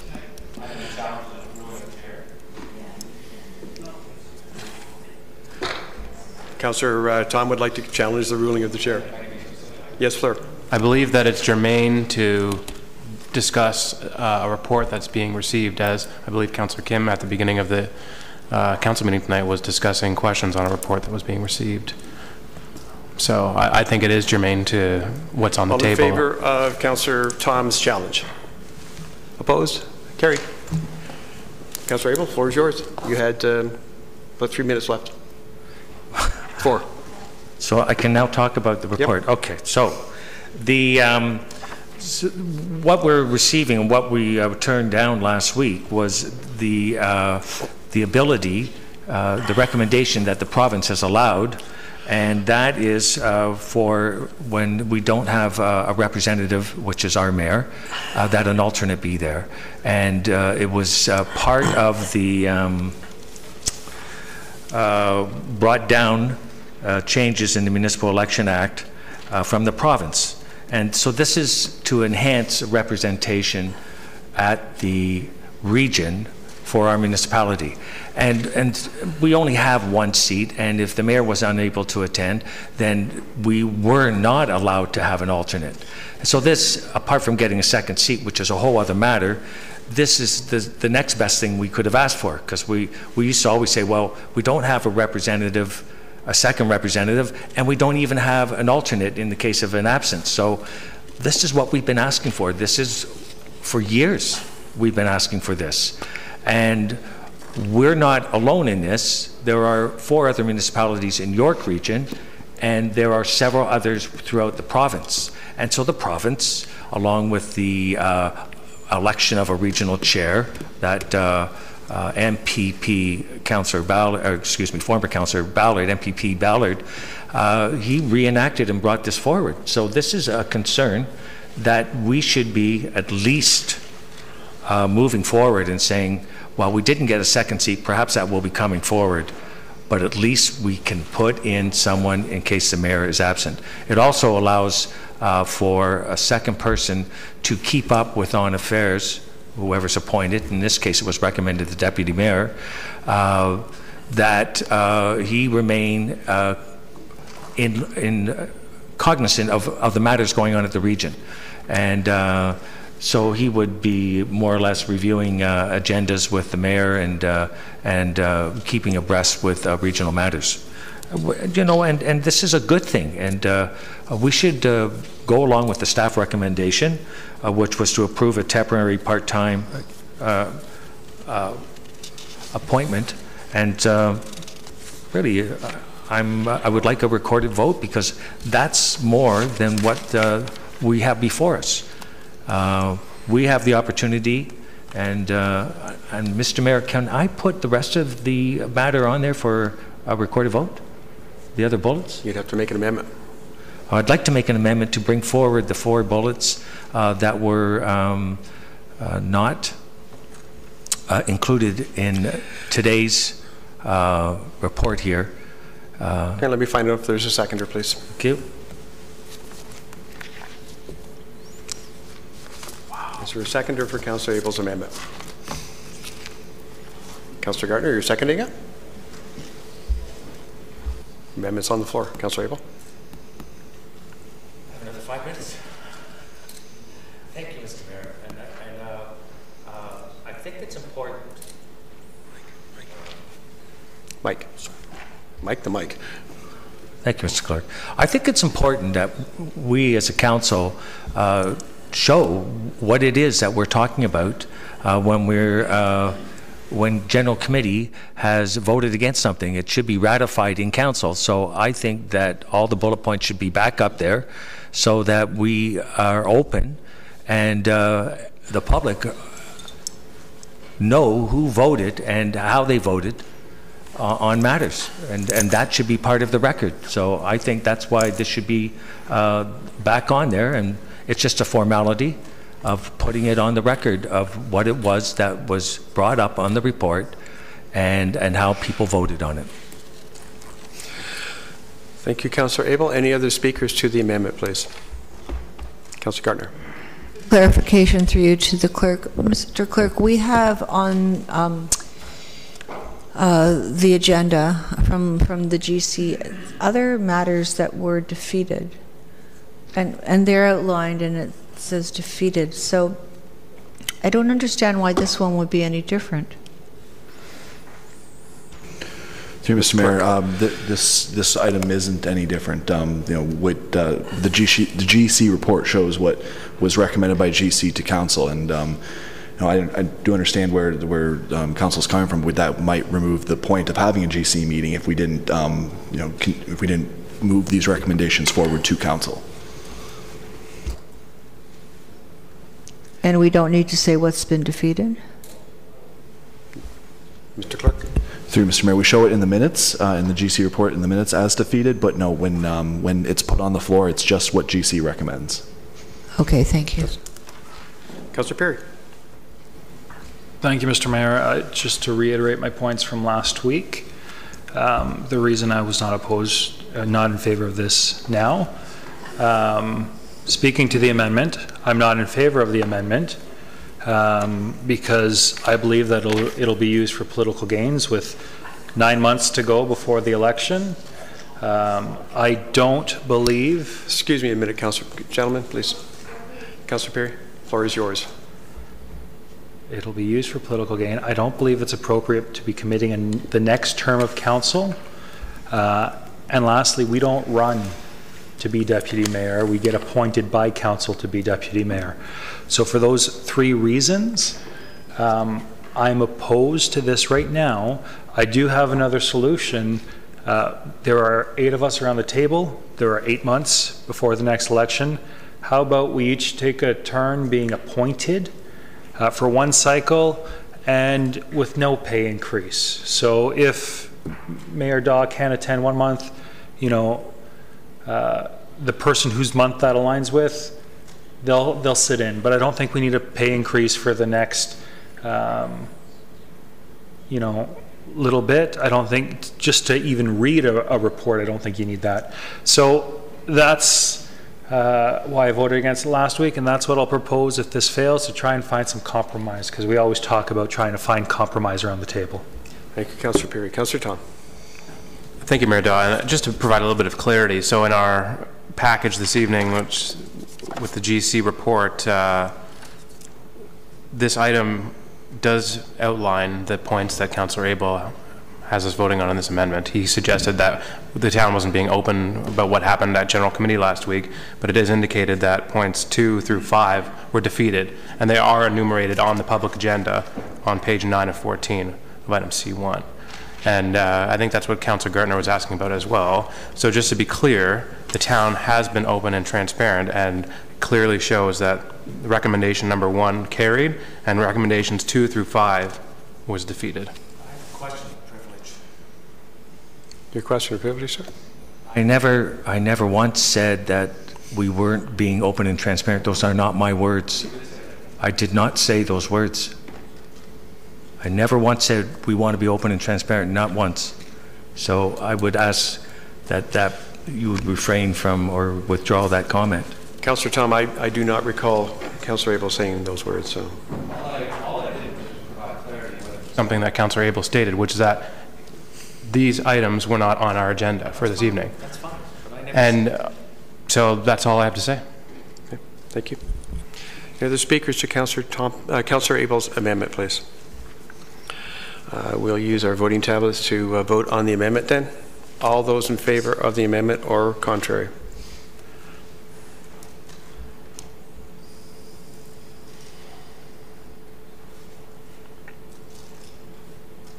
Councillor Gartner, please.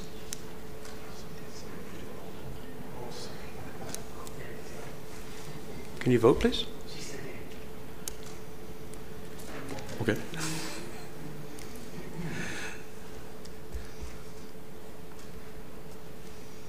That is defeated. Councillor Abel, I believe you had the floor before the amendment. I'll be in favor, excuse me, Mr. Mayor.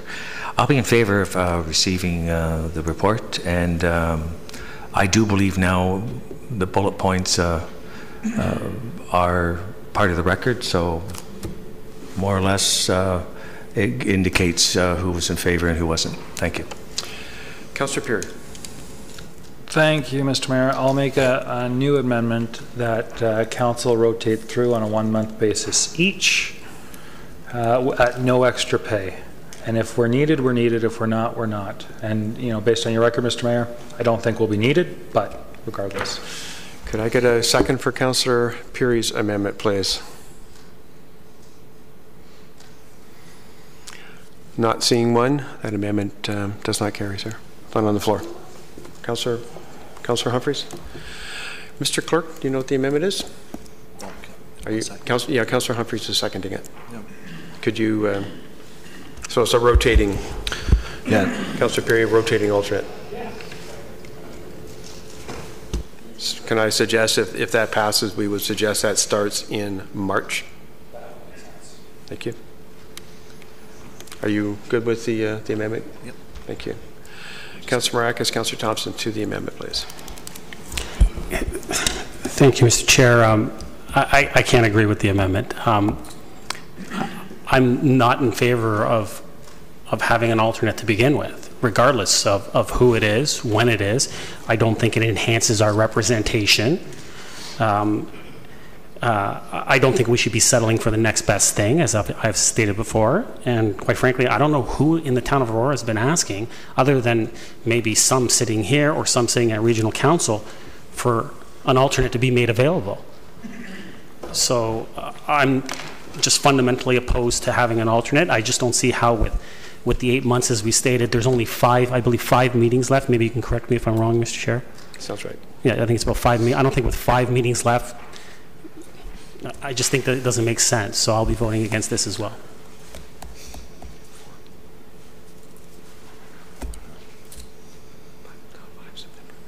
Councillor Thompson.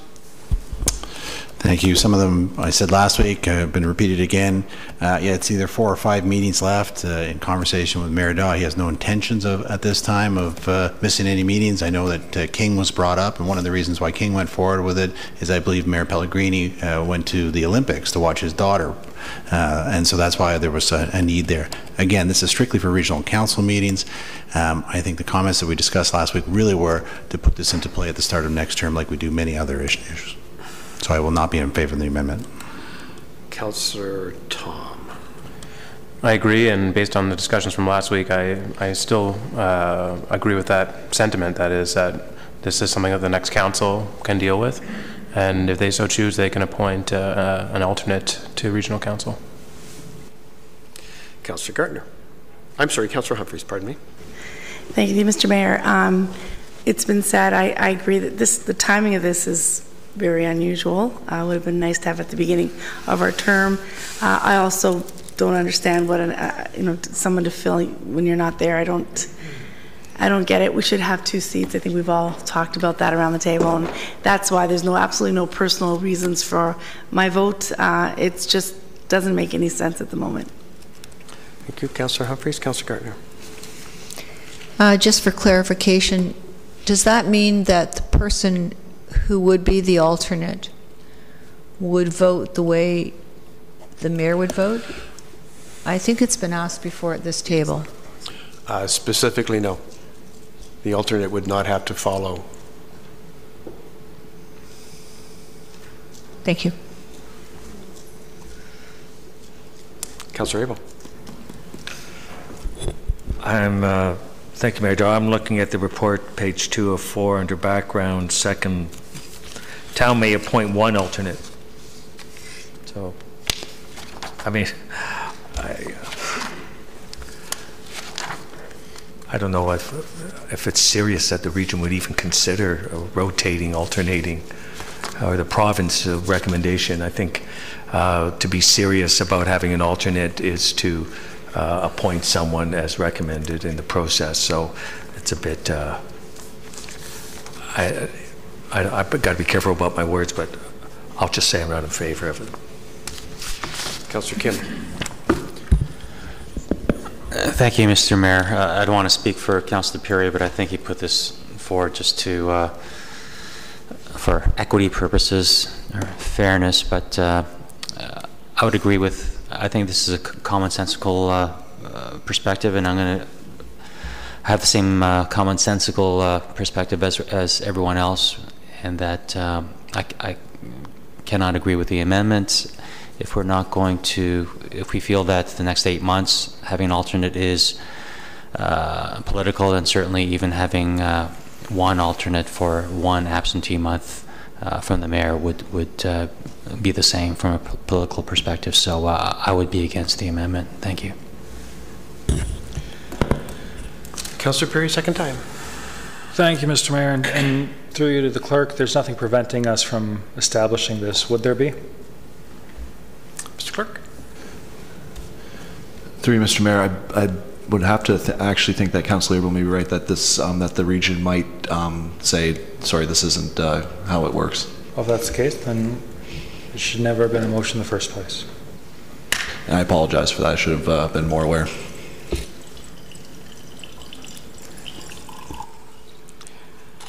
Voting on the amendment, voting on Councillor Perry's amendment, pardon me. All in favor? Using your tablets, pardon me.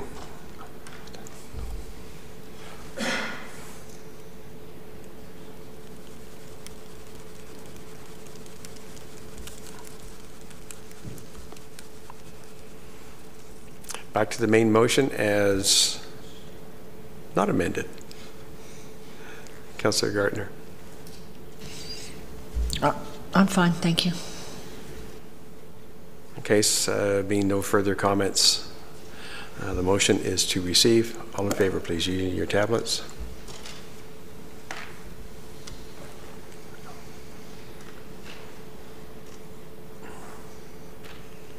That passes. Council, I would suggest we take our break now. It is 2 minutes after 9. If you could please be back here in 10 minutes. Thank you.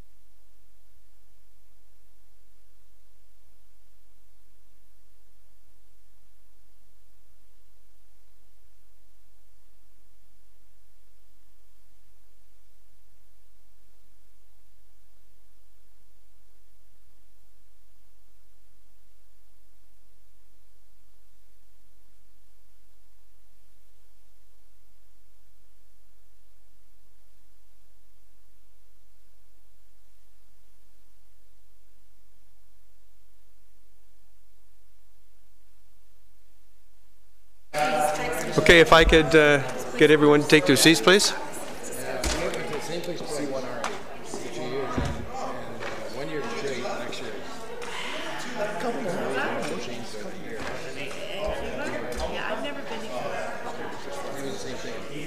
Okay, Councillor Kim. Councillor Kim.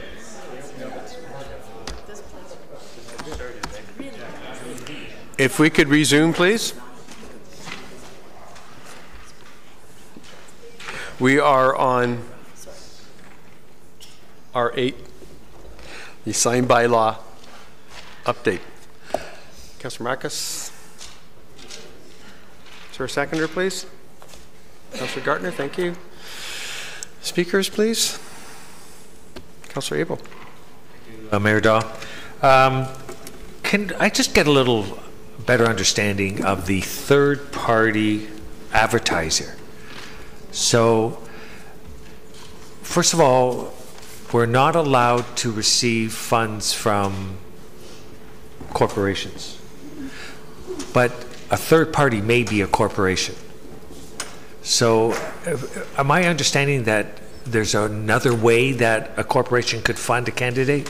And what is the third party? How does that work? The sign, if you could, through you, Mr. Mayor, explain. I'll go to the clerk. Clerk, thank you. No problem. Through you, Mr. Mayor. The third party, you're right about the contributions to the candidate. I should say that there will be a report coming forward that in first cycle in April that lays out all the new rules. So this will be explained in more depth. But you're right about the contributions to the candidate. But a third party is for, let's say someone has a particular vendetta or like for a candidate, and they want to have a billboard that promotes that candidate. This person used to be, in the past you could do that without no rules. Free reign basically in terms of how much money you spend. Now these people, the third-party advertisers, will be accountable. They'll have to file with the clerk and they'll have to submit financial statements at the end. Councillor? You said if they like the candidate or they didn't like, so they could put a sign up saying something not favorable. What kind of a sign? Like could they put around election signs around like with us, or a billboard? You said. I wouldn't be giving any ideas out there. No. Through you, Mr. Mayor, I think it applies to candidates, but a classic one is for a use of a third party would be for a question on a ballot. They get particularly controversial at some points, and so a third party advertiser would take a stance on a question and then have spending limits, and again have to file a financial statement with regards to their stance on the question. Is that the best clarity? Like, how much can they spend on a sign? The spending limits will be determined on after nomination day. Final spending limits. So there's a formula. I don't want to speak definitively. I think it's about 75 cents an elector, and that's how much money they can spend on throughout the course of the election defending their position. That's crazy. I guess we're all in the same boat. Okay, I got to look into this. Any other speakers, please? Using your tablets then, voting for or against.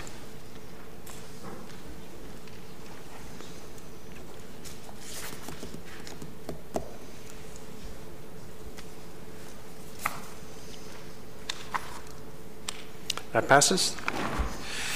We will move to item R14, request for street name approval with BG Properties Aurora Inc. Someone would move that for me, please. Councillors Thompson and Gartner, thank you. Any speakers, please, to this item? Councillor Abel. Thank you, Mayor Dahl. And I pulled this because I reviewed the policy, and I thank Mr. Ramuno for getting back with the bank names and also the policy, and it was good. It was a good read for me. The part in the policy that should be reflected is there's an emphasis on pulling names from our from our street name bank, And our street name bank is done so that the names are vetted, the region and the fire department, emergency services, so there's no confusion, and that they are legitimate, et cetera, and appropriate. And so I would only ask that, with an emphasis, that the developer consider a compromise of one, perhaps two names when they're going forward. I noticed that, and this is a great developer. I believe this is Brookfield, through you, Mr. Mayor. And they've also done like Timber Lane, and they acknowledged Ken St. Clair, who's a very appropriate citizen. And then, of course, they had a couple of other names for the 3 streets. So what I'm alluding and asking is there any way we could refer this back with council saying, could you come up with one name? Because some of the names are significant. As I went through the names on the list, they are one line. But if you dig in, like I found one family, 3 families of the same name, 3 generations, families of 9, serving in the Air Force. One was a counselor. They worked at Cousins Dairy. Like, I mean, they are huge in our area, and perhaps with that story and the significance, the developer might say, okay, you know what? You accommodated us in our development. You allowed us to cluster. Mind you, they donated the pet cemetery, which is significant, but maybe there's some way to ask them, would they consider one? I know he responded that they looked at it, they didn't see any names that were appropriate, and this is what they brought up. So I think what I would like to do is ask to refer this back and see if they would, for next cycle, to see if they might find a name and bring it forward for council. Is that an amendment? Yeah, that would be an amendment. Councillor Abel has a motion to refer this back to staff. Is there a second, please? Councillor Gardner? To the referral? Just speaking to the referral, please. Councillor Thompson. Thank you. Through to Mr. Ramuno. Mr. Ramuno, between last week and this week, when the issue came up, has there been any communication with the applicant and the issue of the name has been brought up, and did they respond? I mean, I just want to know if there's been any conversation and what the outcomes were. Mr. Ramuno. To you, Mr. Mayor. Yes, I did. Following GC meeting, I did speak to the applicant. They did take another look at the street name, and their response back was, again, their preference was to proceed with the names currently before council. Councillor Thompson. Do you anticipate a change in mind if you were to ask them a second time between now and the next cycle? To you, Mr. Mayor. I can, if council wishes, I can certainly have another discussion with them tomorrow. See if they're willing to use one of the existing street names. But I guess my question is, do you anticipate them changing their mind based on the conversations you've had up to date? I mean, it wasn't a definitive no. It was, their preference was still to go with these 4 names. I can try. Councillor Gardner. Thank you, Mr. Mayor. I think that whatever, the horse is already out of the barn for this development, but we don't have many developments left where there are going to be street names. I think there needs to be a change to the policy which says that, I mean, basically what Councillor Abel said was that developers need to pick at least one street name from our street bank, our bank of street names. It has to be written, and then developers will know that. And I don't know, through you, Mr. Mayor, Mr. Ramuno, I don't know how many developments are left and how many. Actually, it's not really. I take the question back. If there are developments left, and there will be streets. And I think we believe in the heritage of our town and the importance of the contributions of the people who, died for our rights, but it needs to be in the policy. So through you to Mr. Mayor, to Ms. I don't know. Would it be, who would it be on? Mr. Ramuno. Mr. Ramuno. How would we go about doing that? Mr. Ramuno. My apologies. Can you repeat your question? If I think it might be. What are you looking for? Thank you. If you're looking to redo the policy, that should be a notice of motion to the clerk. I just love notices of motion. Could it not just be an agreement of council? Like, couldn't council just discuss it and vote on it? Nope. Because we have a policy in place. Okay, right now we're talking about the referral. Yep. I'm finished. Thank you. Councillor Tom. Thank you, Mayor Daw. I'm just, and perhaps I missed as I was getting a coffee, and Mr. Maruno, they're waiting for these names to get moving on this, right? I mean, this is holding them up. So, is that correct? Mr. Maruno? Through you, Mr. Mayor, I mean, that is correct. They're, they're constructing their first phase, but they want to finalize their engineering submission for the second phase, and they do require street names and municipal addressing to finalize those engineering plans. Thank you. So, I mean, for this to be referred back, I mean, as we just kind of discussed, if the policy, if we want to look at the policy, then I think we should do that. But I don't think it's fair to hold up this process just because we don't like the street names. I think if we like to change the policy moving forward, we do that in the proper venue, which would be, I guess, a motion brought forward by council at a later time. So I'm not in favor of the referral. Other speakers to the referral, please? Seeing none, using your tablets, voting for or against the referral.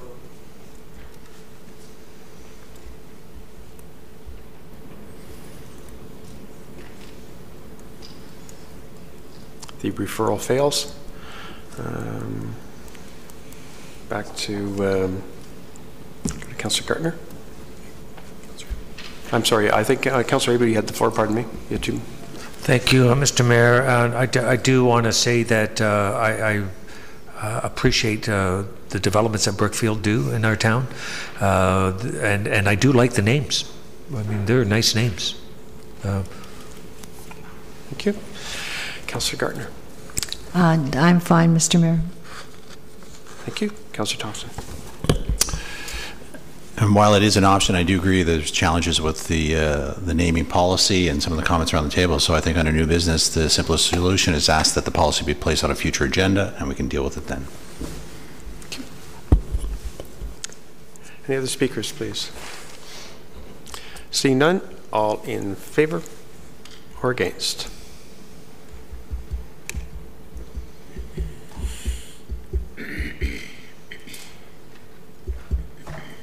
Passes. We shall move to notices of motion. Councillor Kim.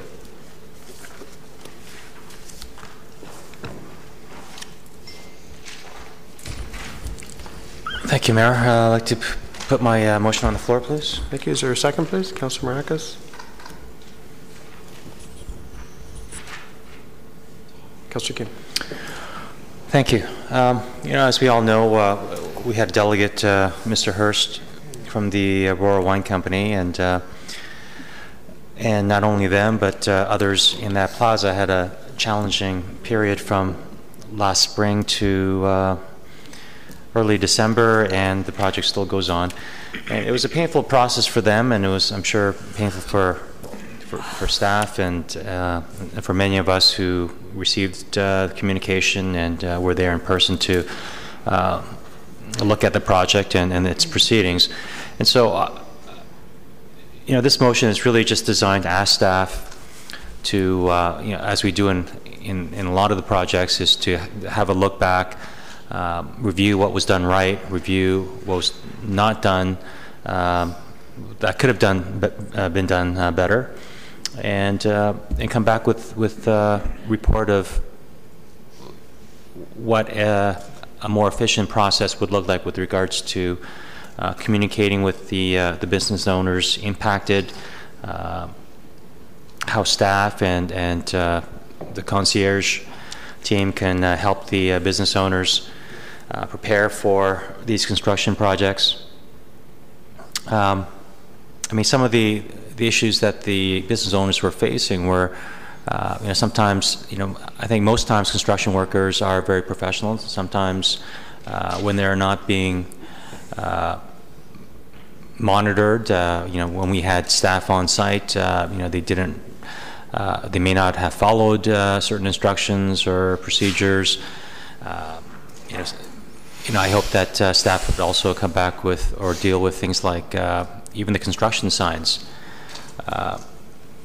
They're orange, and the signs to let the public know that these businesses are open, they were the same color of the construction signs, which were orange.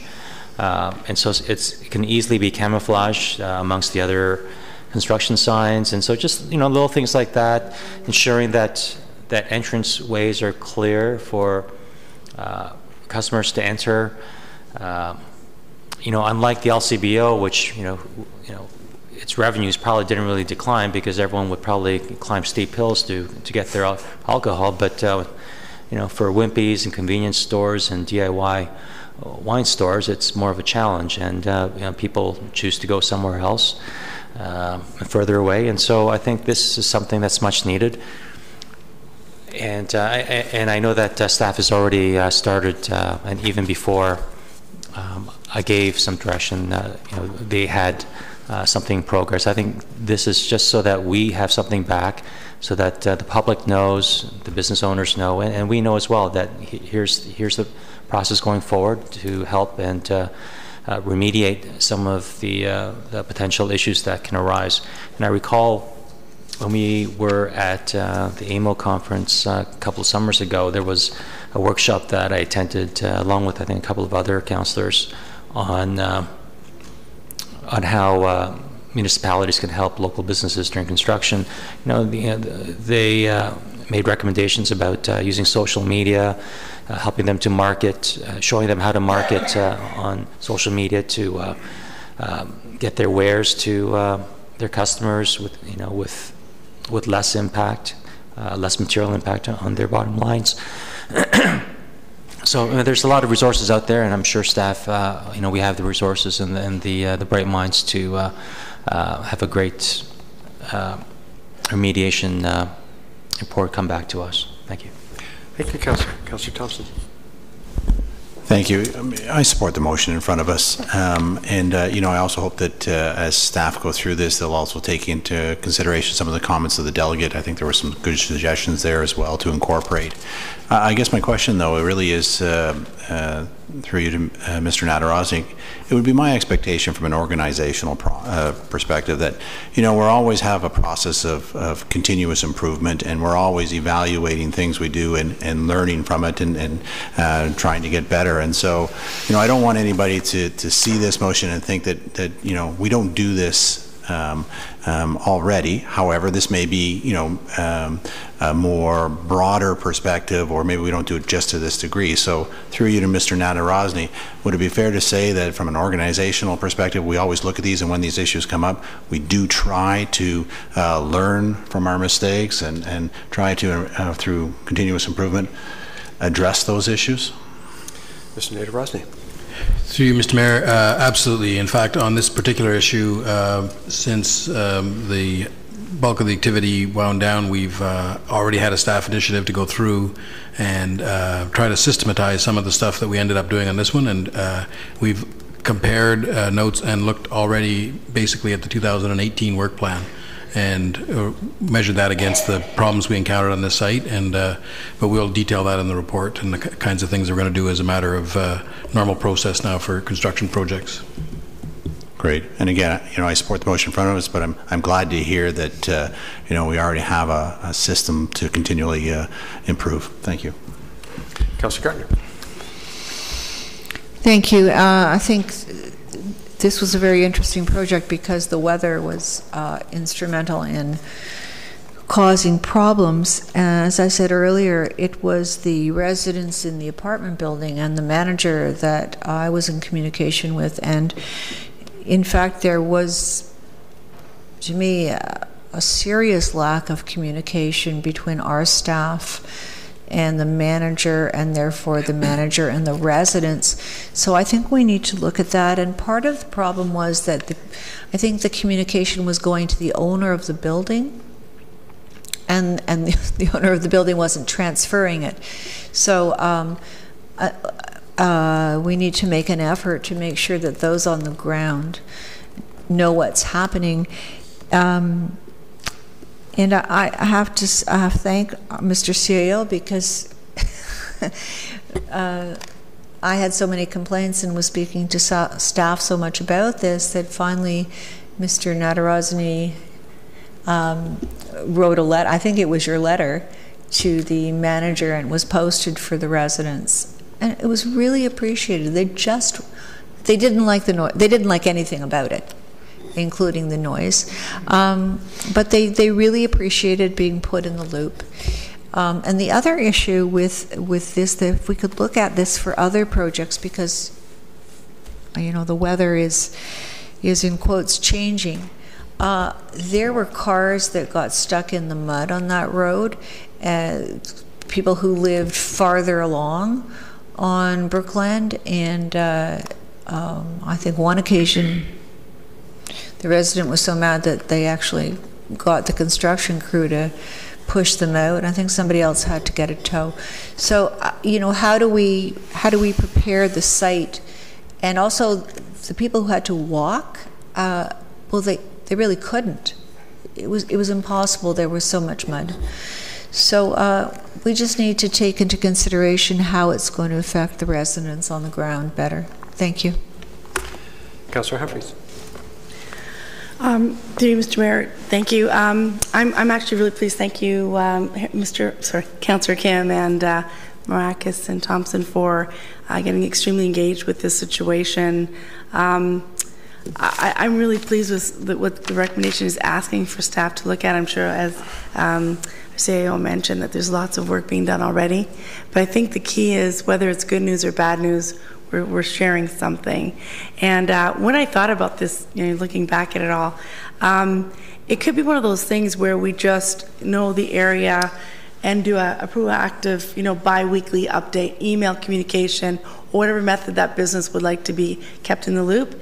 And we can do just like here, put your name up, sign up for our updates, and we just proactively do it. There's also, there was a comment made by the delegate on our website, so maybe there's an opportunity to do, construction in town, what you might want to know, and maybe do a schedule if that changes, or if there's a delay, we put like red highlights and why it's delayed. I think there's a lot of great opportunities and learnings from this that Councillor Kim is highlighted here, and I know we can do a really great job, and this is a great opportunity to take those learnings and implement them moving forward. So thank you very much. I'm very supportive of the motion. Thanks. Councillor Abel. Thank you, Mayor Dahl. And through you, was this over, was it delayed or like over the time limit that we were doing this project? Could I ask for you, Mr. Mayor Dahl, excuse me? Through you, Mr. Mayor. Yes, there was a delay. I mean, part of it was the contractor got a late start, and then we ran into some rainy conditions, so it was delayed. How much was it? Like, do we normally set out a time period that we would like to see this done? And I'm sure in the RFP, this must be spelled out. Through you, Mr. Mayor, we do, but it's always subject to weather. Oh, big subject to weather. Yeah, it has to be. And we ran into a lot of rain this summer, July and August. But we had other road constructions and things going on. I didn't see, other construction was carried on in my mind without events. So it may have been a combination of weather and the people doing the project. I don't know if you want to comment on that. To you, Mr. Mayor, this project was, unique in that there was the big component was the 2 culvert replacements. So we ran into some difficulties there during the heavy rains, replacing those 2 culverts, and it was a complete road construction. But again, the other 2 components were those 2 big culvert replacements. So, we've all been around and we've seen road construction, and I know we have a schedule, and over the years we call out 3 streets and away we go. I've never seen anything like this. The delay and the mess, and it just was so different. Don't we have sort of a clause, or there's a penalty if they're not managing things right? Mr. Rumino? Through you, Mr. Mayor, we do, but in this instance, because again, as the majority of delays were related to the weather conditions, I don't think we were able to apply any penalties. Okay. Well, you know, we see constructions going on business on Davis Drive. That went on for years. I know when the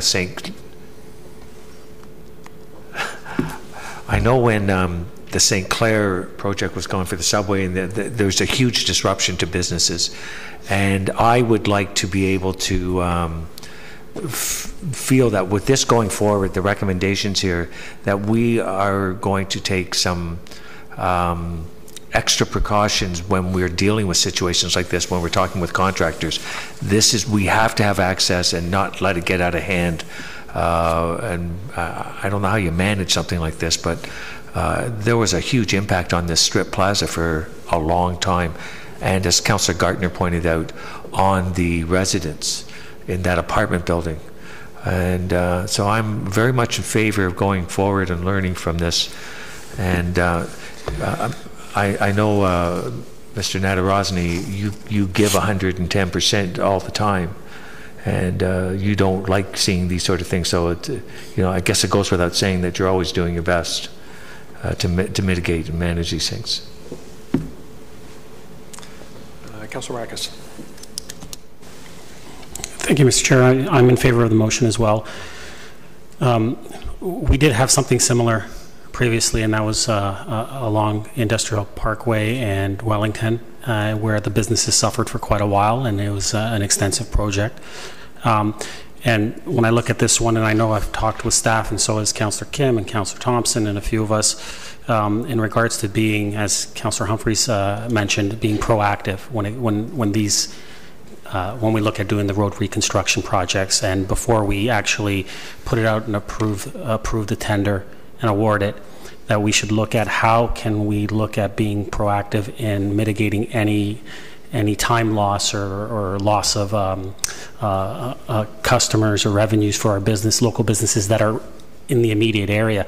When I look at this one specifically, when I went to go out and visit, my thought was as if staff looked in this in combination, not just from the perspective of road reconstruction, but from the business aspect of it and how we can make sure that the customers can still get there. They would have looked at that and said, well, we're working on the curbs.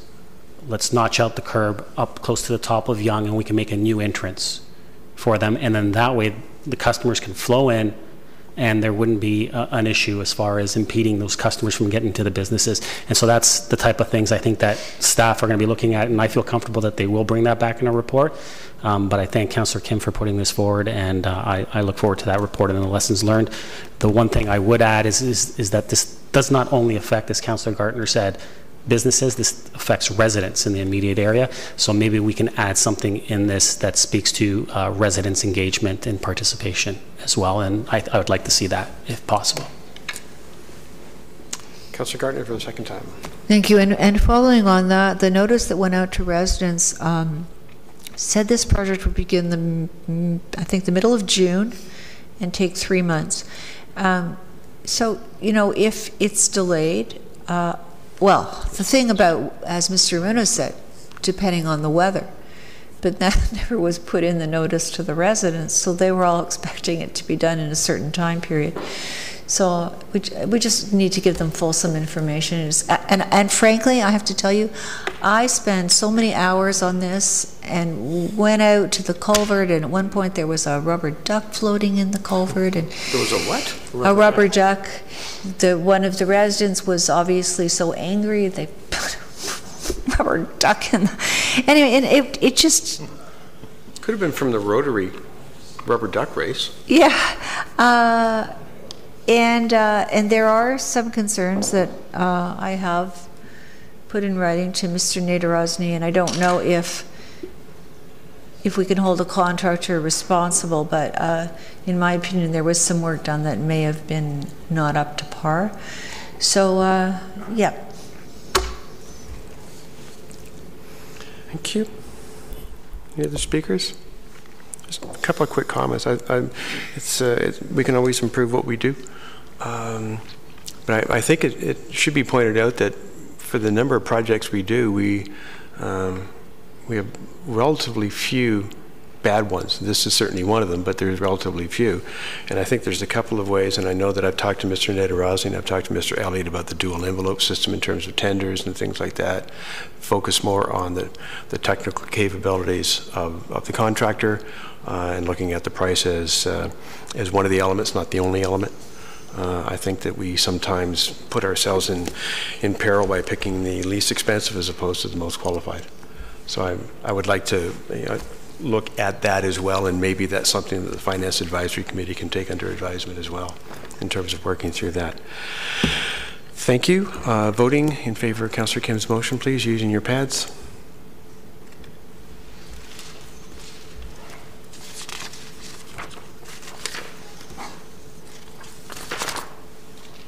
It's carried. Thank you. Councillor Marcus, your motion. I'll move as is. Thank you. Second, Councillor Kim. Councillor. So thank you, Mr. Chair. You know, the Petch House has been empty for quite a while. Ever since it's been moved and fixed and cleaned up and put back together. You know, and I know that there's been many ideas that have been put forward. You know, a tourist info center. You know, but I do remember back at the beginning, some felt that it should be used as firewood. Those minds changed after a while, after they saw how beautiful it is. But the town in 2015, if everyone recalls, is when they put forward to start doing marriage services. And I always thought when that came forward that the Petch House would make a wonderful place to be able to hold those marriage services.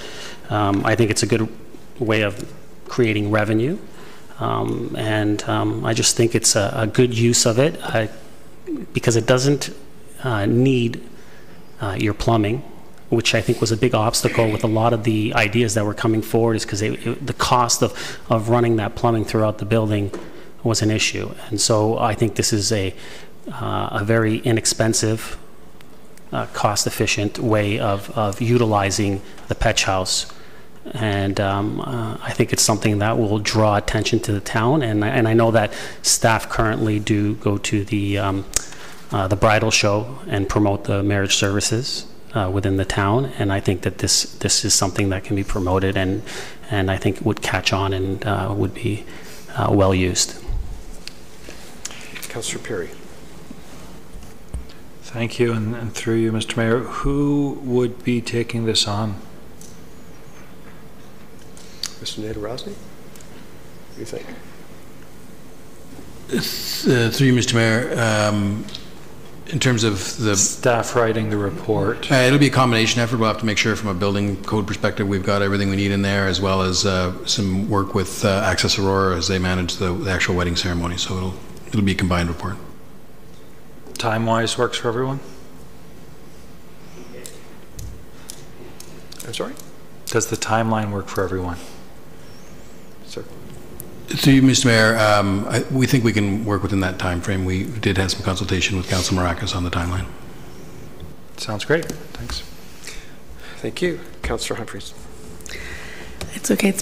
All I just want to say is absolutely support the motion through Mr. Mayor. I think it's a great idea, and I know that the staff can pull it together pretty quickly with their recommendations. I think it's so unique. Like, what a great venue for couples that want to get married in town instead of in a chamber here. So, good idea.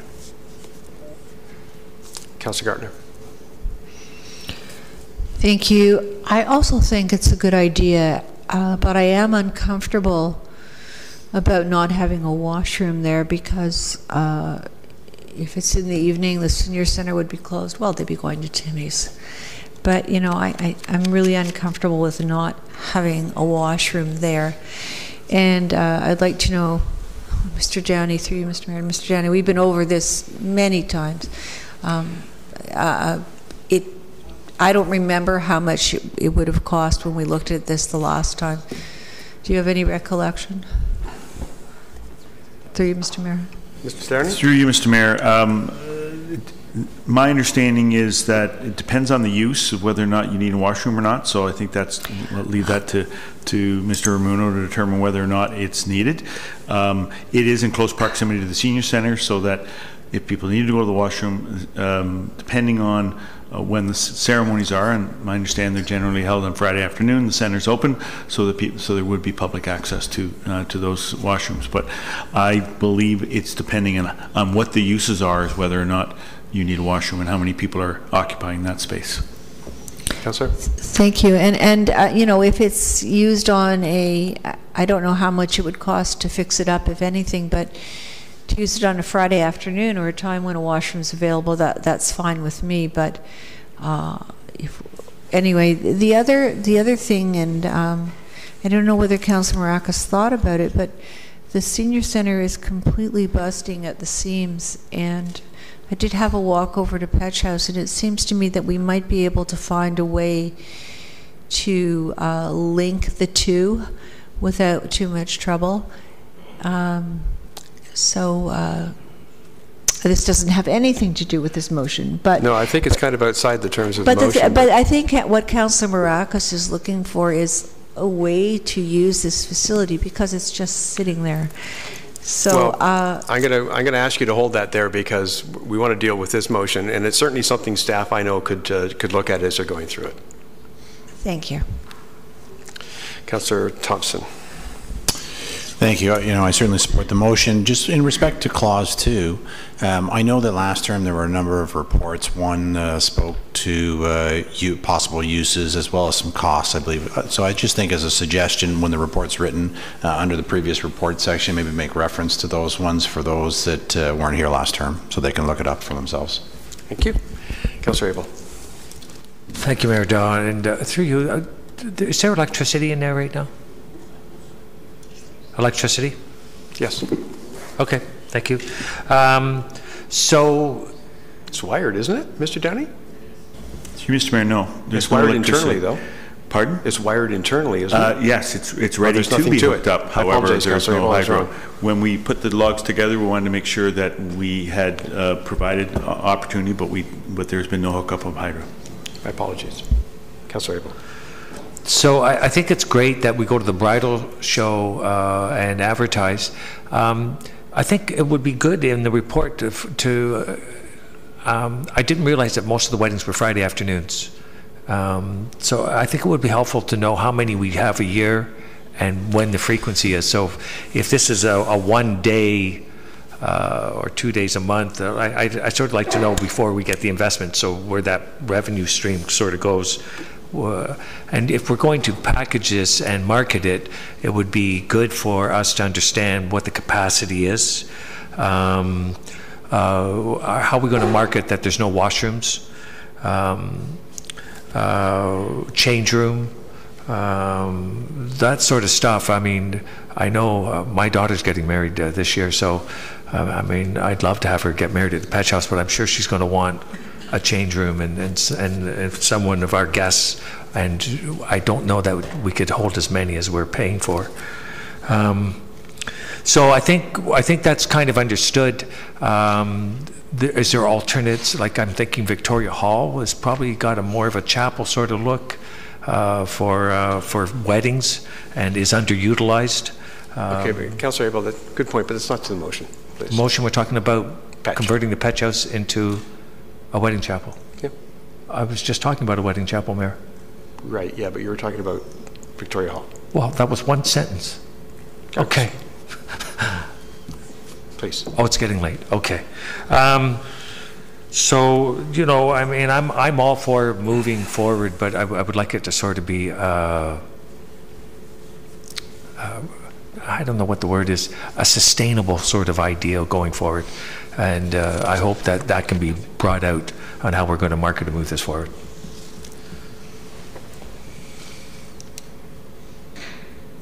Anyone else for the first time? Councillor Maracas, Councillor Gardner.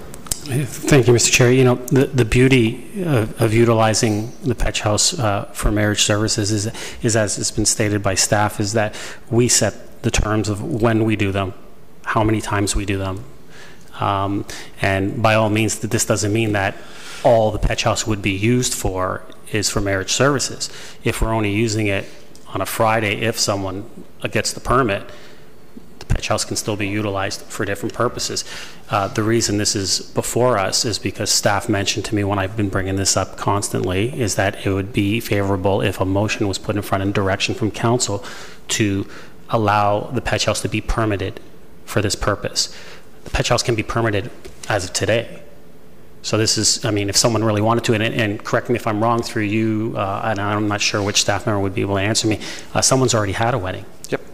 In the Petch House. An employee. Yeah, an employee. So it has been utilized for that purpose. So this is just a way for us to get the word out that, hey, you can use this. And for staff to put a little effort into it and to promote it. And so I think it's a great idea.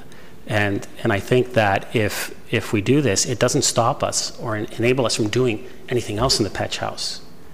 This is just one thing that the Petch House can be used for.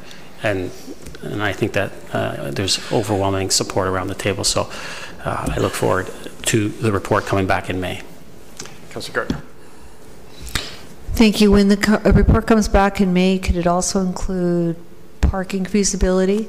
I don't know, I don't think there's too much action at the town hall on a Friday afternoon, but I don't know about the senior center. We're hopping on Friday afternoon. Well, are we? Oh.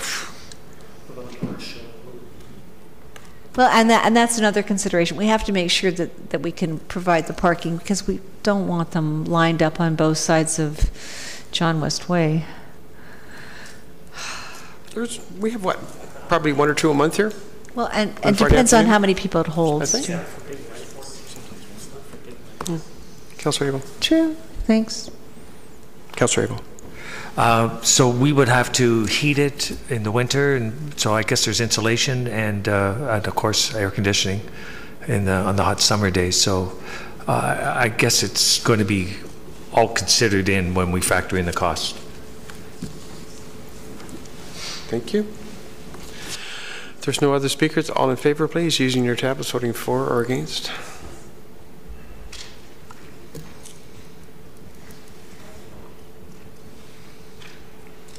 Councillor Gardner, please. Thank you. That passes unanimously.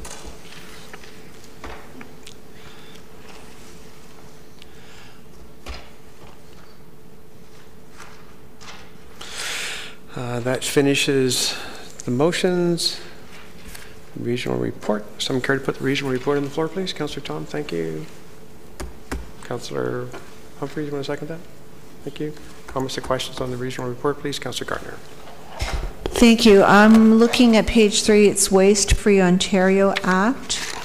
Proposes blue box transition. So this would mean that the producers are responsible for their packaging. Mm-hmm. I remember writing a letter many years ago to the province about this. It's very exciting because I think through you to whoever, I mean, that would save us money because the blue box programs cost us money. Mr. Downey? Through Mr. Mayor, this has been something that has been discussed for a number of years, and we are continuing to have discussions with the N6, actually the entire York region, I apologize, all 9 municipalities, with regards to this program. It was to be unveiled by this time. However, there have been some delays. I have been in discussions with the Chief Administrative Officer with regards to the timing of a report to Council, more for information purposes, because people hear little dribs and drabs about this, but aren't quite sure where we're going next. To answer your question, yes, there would be a savings of funds, at least that's what we're anticipating. However, we do not know how that also then translates into customer service and the number of items that could actually be put into the blue box. There's continues to be discussions with regards to that. So we're continuing to be concerned about diversion of our waste, and so we want to make sure that whatever program is put in place, we continue to deal with that issue. So we will be preparing a report and give you more detailed information with regards to it, but we are in ongoing discussions with the region and our municipal partners on this issue right now. Thank you. And I think the intent behind it really is not to save us money, but it's if the producers of the packaging have to be responsible for the disposal, that they're going to come up with some pretty creative packaging ideas, because there's a lot of over packaging right now. So I'm really pleased to see this. The other thing is on page 5. I see the region has a partnership with the Oak Ridges Moraine Land Trust, which is a very important organization. And I'm glad to see that. And also to note that the Oak Ridges Moraine Land Trust has contributed to the protection of more than 400 hectares across the York region. That's actually a lot of trees. So glad to see that the region is, I know the region is already involved, but glad to see the partnership. Thank you, Councillor Gartner. All in favor of receiving the report there, please, voting with your tablets, yes or no. Oh, we don't use it. I'm sorry, just by hand vote, please. All in favor? Opposed? That is carried. Thank you, Mr. Chair. Mr. Clerk, I just promoted you. Congratulations. New business, Councillor Maracas, may I start with you? Sorry. Thank you, Mr. Chair. Through you to Mr. Ramuno. Mr. Ramuno, when we were talking about the road reconstruction at Brookland, you mentioned that there was only 2 culverts that were part of the project, because I did receive a picture from a resident that was walking along that area, and they noticed that there's a culvert that is quite damaged. And I'll send you the picture offline, but maybe it's not one that was part of the project. So if it was only, I wasn't sure it was only 2, but now that I heard it was only 2, there's one there, just to let you know, that is very damaged, and maybe it's something that we could have looked at doing through the whole project since they were there. But I'll speak to you offline about that one. And then, Mr. Chair, through you to, I guess, Mr. Downey. Mr. Downey, there is a lamppost at the town park that keeps flashing on and off, and the light keeps flashing on and off into a resident's window, and they say it's very annoying, and they cannot go to sleep because of the on-off. So it's like basically a blinker all night. So if we could look into taking care of that, I would appreciate it. Don't we turn them all off?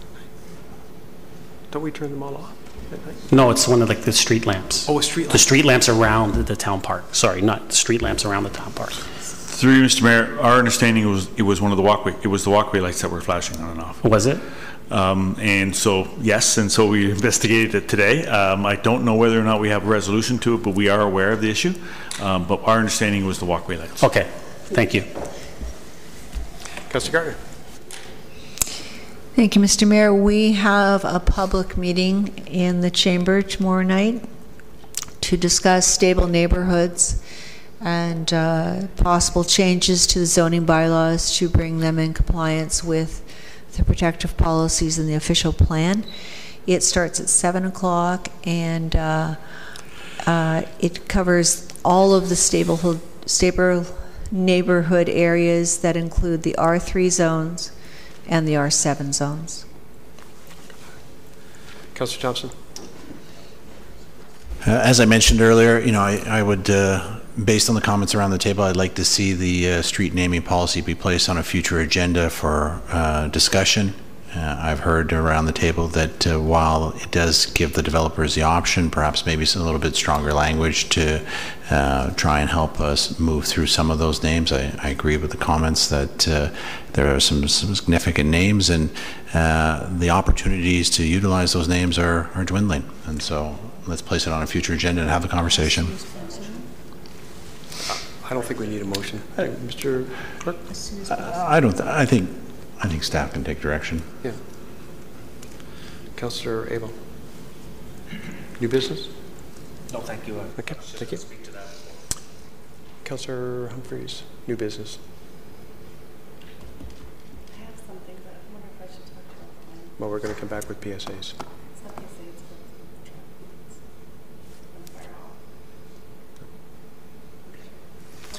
Councillor Tom?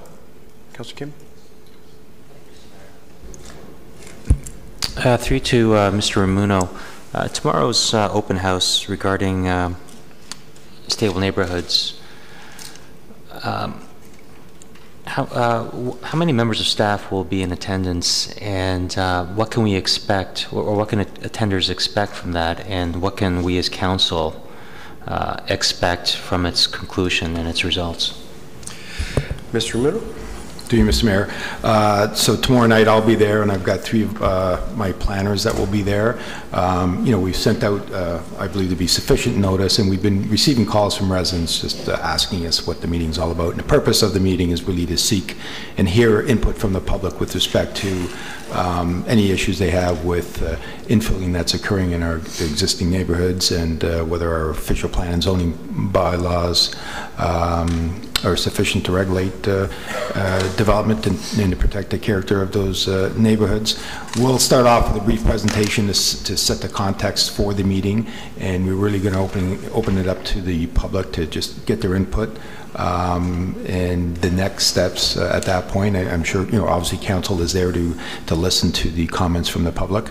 We will then summarize those comments and report back as originally directed by council as per one of the motions back in November at a future date, what we've heard, what the issues are with respect to our current policy framework and our zoning bylaw provisions in those areas, and we'll take direction at that point with respect to next steps if there are any changes that council wishes us to further explore. Councillor? Thank you. And one more question is, there's some confusion as to the purpose of tomorrow's meeting, whether it's about property rights or architectural controls, stable neighborhoods from a visual perspective, and all the way to blocking sunlight and so forth. These are questions that are going to come, as you're aware. And will staff come prepared with potential options for those concerns, or is this going to be really just a kind of more of a one-way information session? Because I think they want to know how they can, the blockage of sunlight and things of that nature will be mitigated. Mr. Ramuno? Certainly, through you, Mr. Mayor. I mean, we'll do our best to answer all the questions that are posed to us. I don't think we're going to be in a position to provide options, but we'll certainly be able to identify the tools that are currently in place that a municipality has to, regulate and control development. Again, working within our current framework of official plan, policies, and zoning bylaws. Thank you. Councillor Perry? Thank you. Wondering if Doug can provide an update with regards to the Director of Community Services. Mr. Nadarosny. Through you, Mr. Mayor. Yes, I can. As a matter of fact, we're pleased to announce earlier this week that we've retained a new Director of Community Services. Robin McDougall will be joining us at the end of March, and she comes with 20 plus years of experience and is currently a director in Georgina, and so we look forward to her joining our team. Anything else you want to add? Say thank you, maybe? I don't want to thank Lisa prematurely because I don't want to call her off the duty yet, but we do thank her obviously for her coverage. But and I didn't even put it to her as a option to withdraw prior to Robin's arrival, but certainly we thank Lisa for her support during this transition period for sure. From my perspective, she's done a great job, so thank you very much, and I look forward to meeting Robin. Councillor Perry, I'll start with you for PSAs. Councillor Kim? Tom? Councillor Humphreys? Councillor Abel, PSAs? Nope, hold it. Councillor Humphreys? This Saturday in Newmarket Stellar Lanes is going to be Big Kids, Big Brothers, Big Sisters. Team Aurora has a team. I know that some councillors can make it, some can't. It's going to be 3 p.m.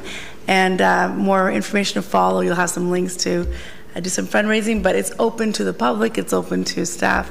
If you want to create a team and just help pitch in, it's always a great time. So hope to see you there. Thank you. Councillor Abel? Thank you, Mayor Dawn. First of all, I'd want to, it was great Olympics. I love the Olympics, but Aurora resident Derek Livingston represented Canada in the half pipe. He didn't medal, but he did quite well, and he's a world-class snowboarder in the half pipe. The Aurora Winter Blues Fest concluded their month and of featuring blues, and we had a great performances at St. Andrews, and I'd like to thank St. Andrews for accommodating the Blues Festival and all the volunteers. And there are several partners that are in on the Blues Festival.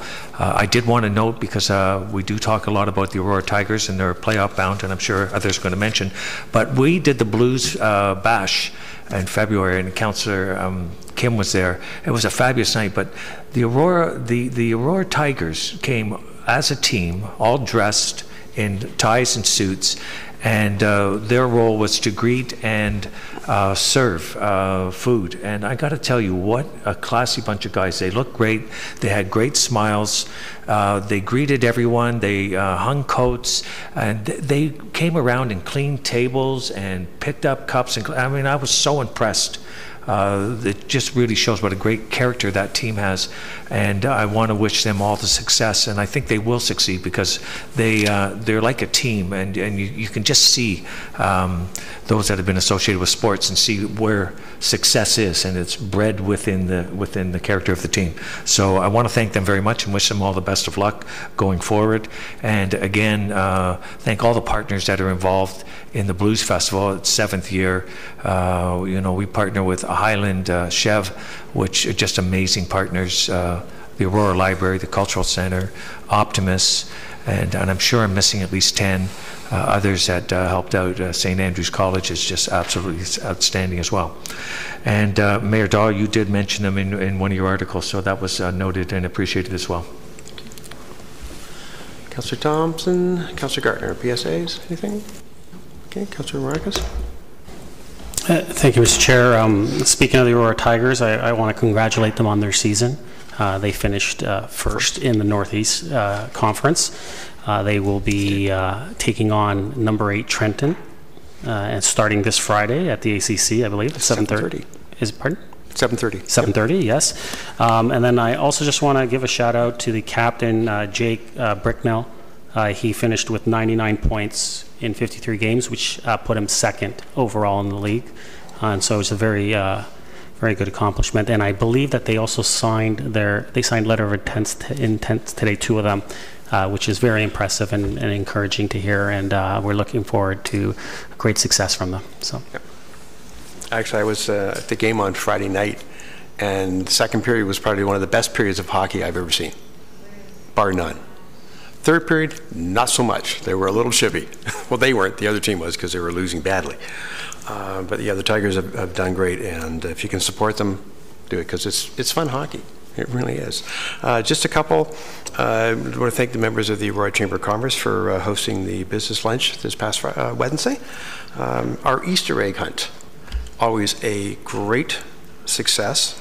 March 31st, Saturday, from 9:30 to 1. Tickets are senior. You must purchase a ticket, and it's always a sellout. So get your tickets early.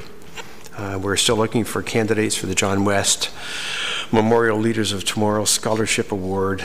You can win up to $1,000. Deadline is May the 1st. Registrations have opened for spring and summer programs.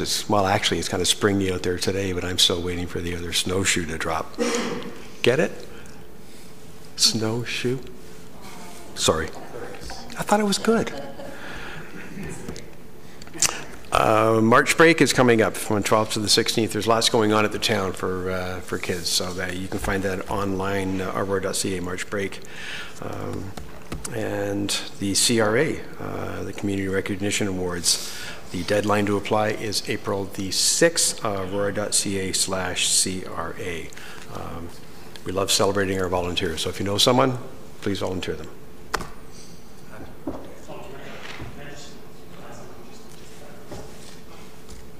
Thank you, Mr. Chair. Just to that last piece about the Community Recognition Awards, I actually would like to put out a challenge, and I know we usually do this for South Lake Run and a lot of things. I'd like to put out a challenge to each individual councillor. We all know volunteers within our community that step up and do a lot for our community. So I would like to put a challenge that each of us put forward at least 2 nominations. And so if we can do that, I'd really appreciate it, and I know the committee would really... 2 councillors over here trying to talk to me. I apologize. Well, you should pay attention more often. You're right. So if everyone sitting around this table can put forward at least 2 nominations, I'm putting forward that challenge to each and every one of you. Councillor... No, Councillor Perry's trying to... Oh, happy birthday to Councillor Humphreys. All right. Thank you, Councillor Perry. I don't do lip reading. I should learn that. Councillor Abel? Okay. I'll work on that part. We have one bylaw, which is for William Graham Drive. Someone would move that for me, please. Councillor Humphreys, Councillor Tom. All in favor? Well, we use our tablets. Sorry, just take a second. We're pointing. Yes? No. You're pointing. No, yeah, we are. So we it are. just takes us a second to load it and put the mover secondary. And we had to wait for.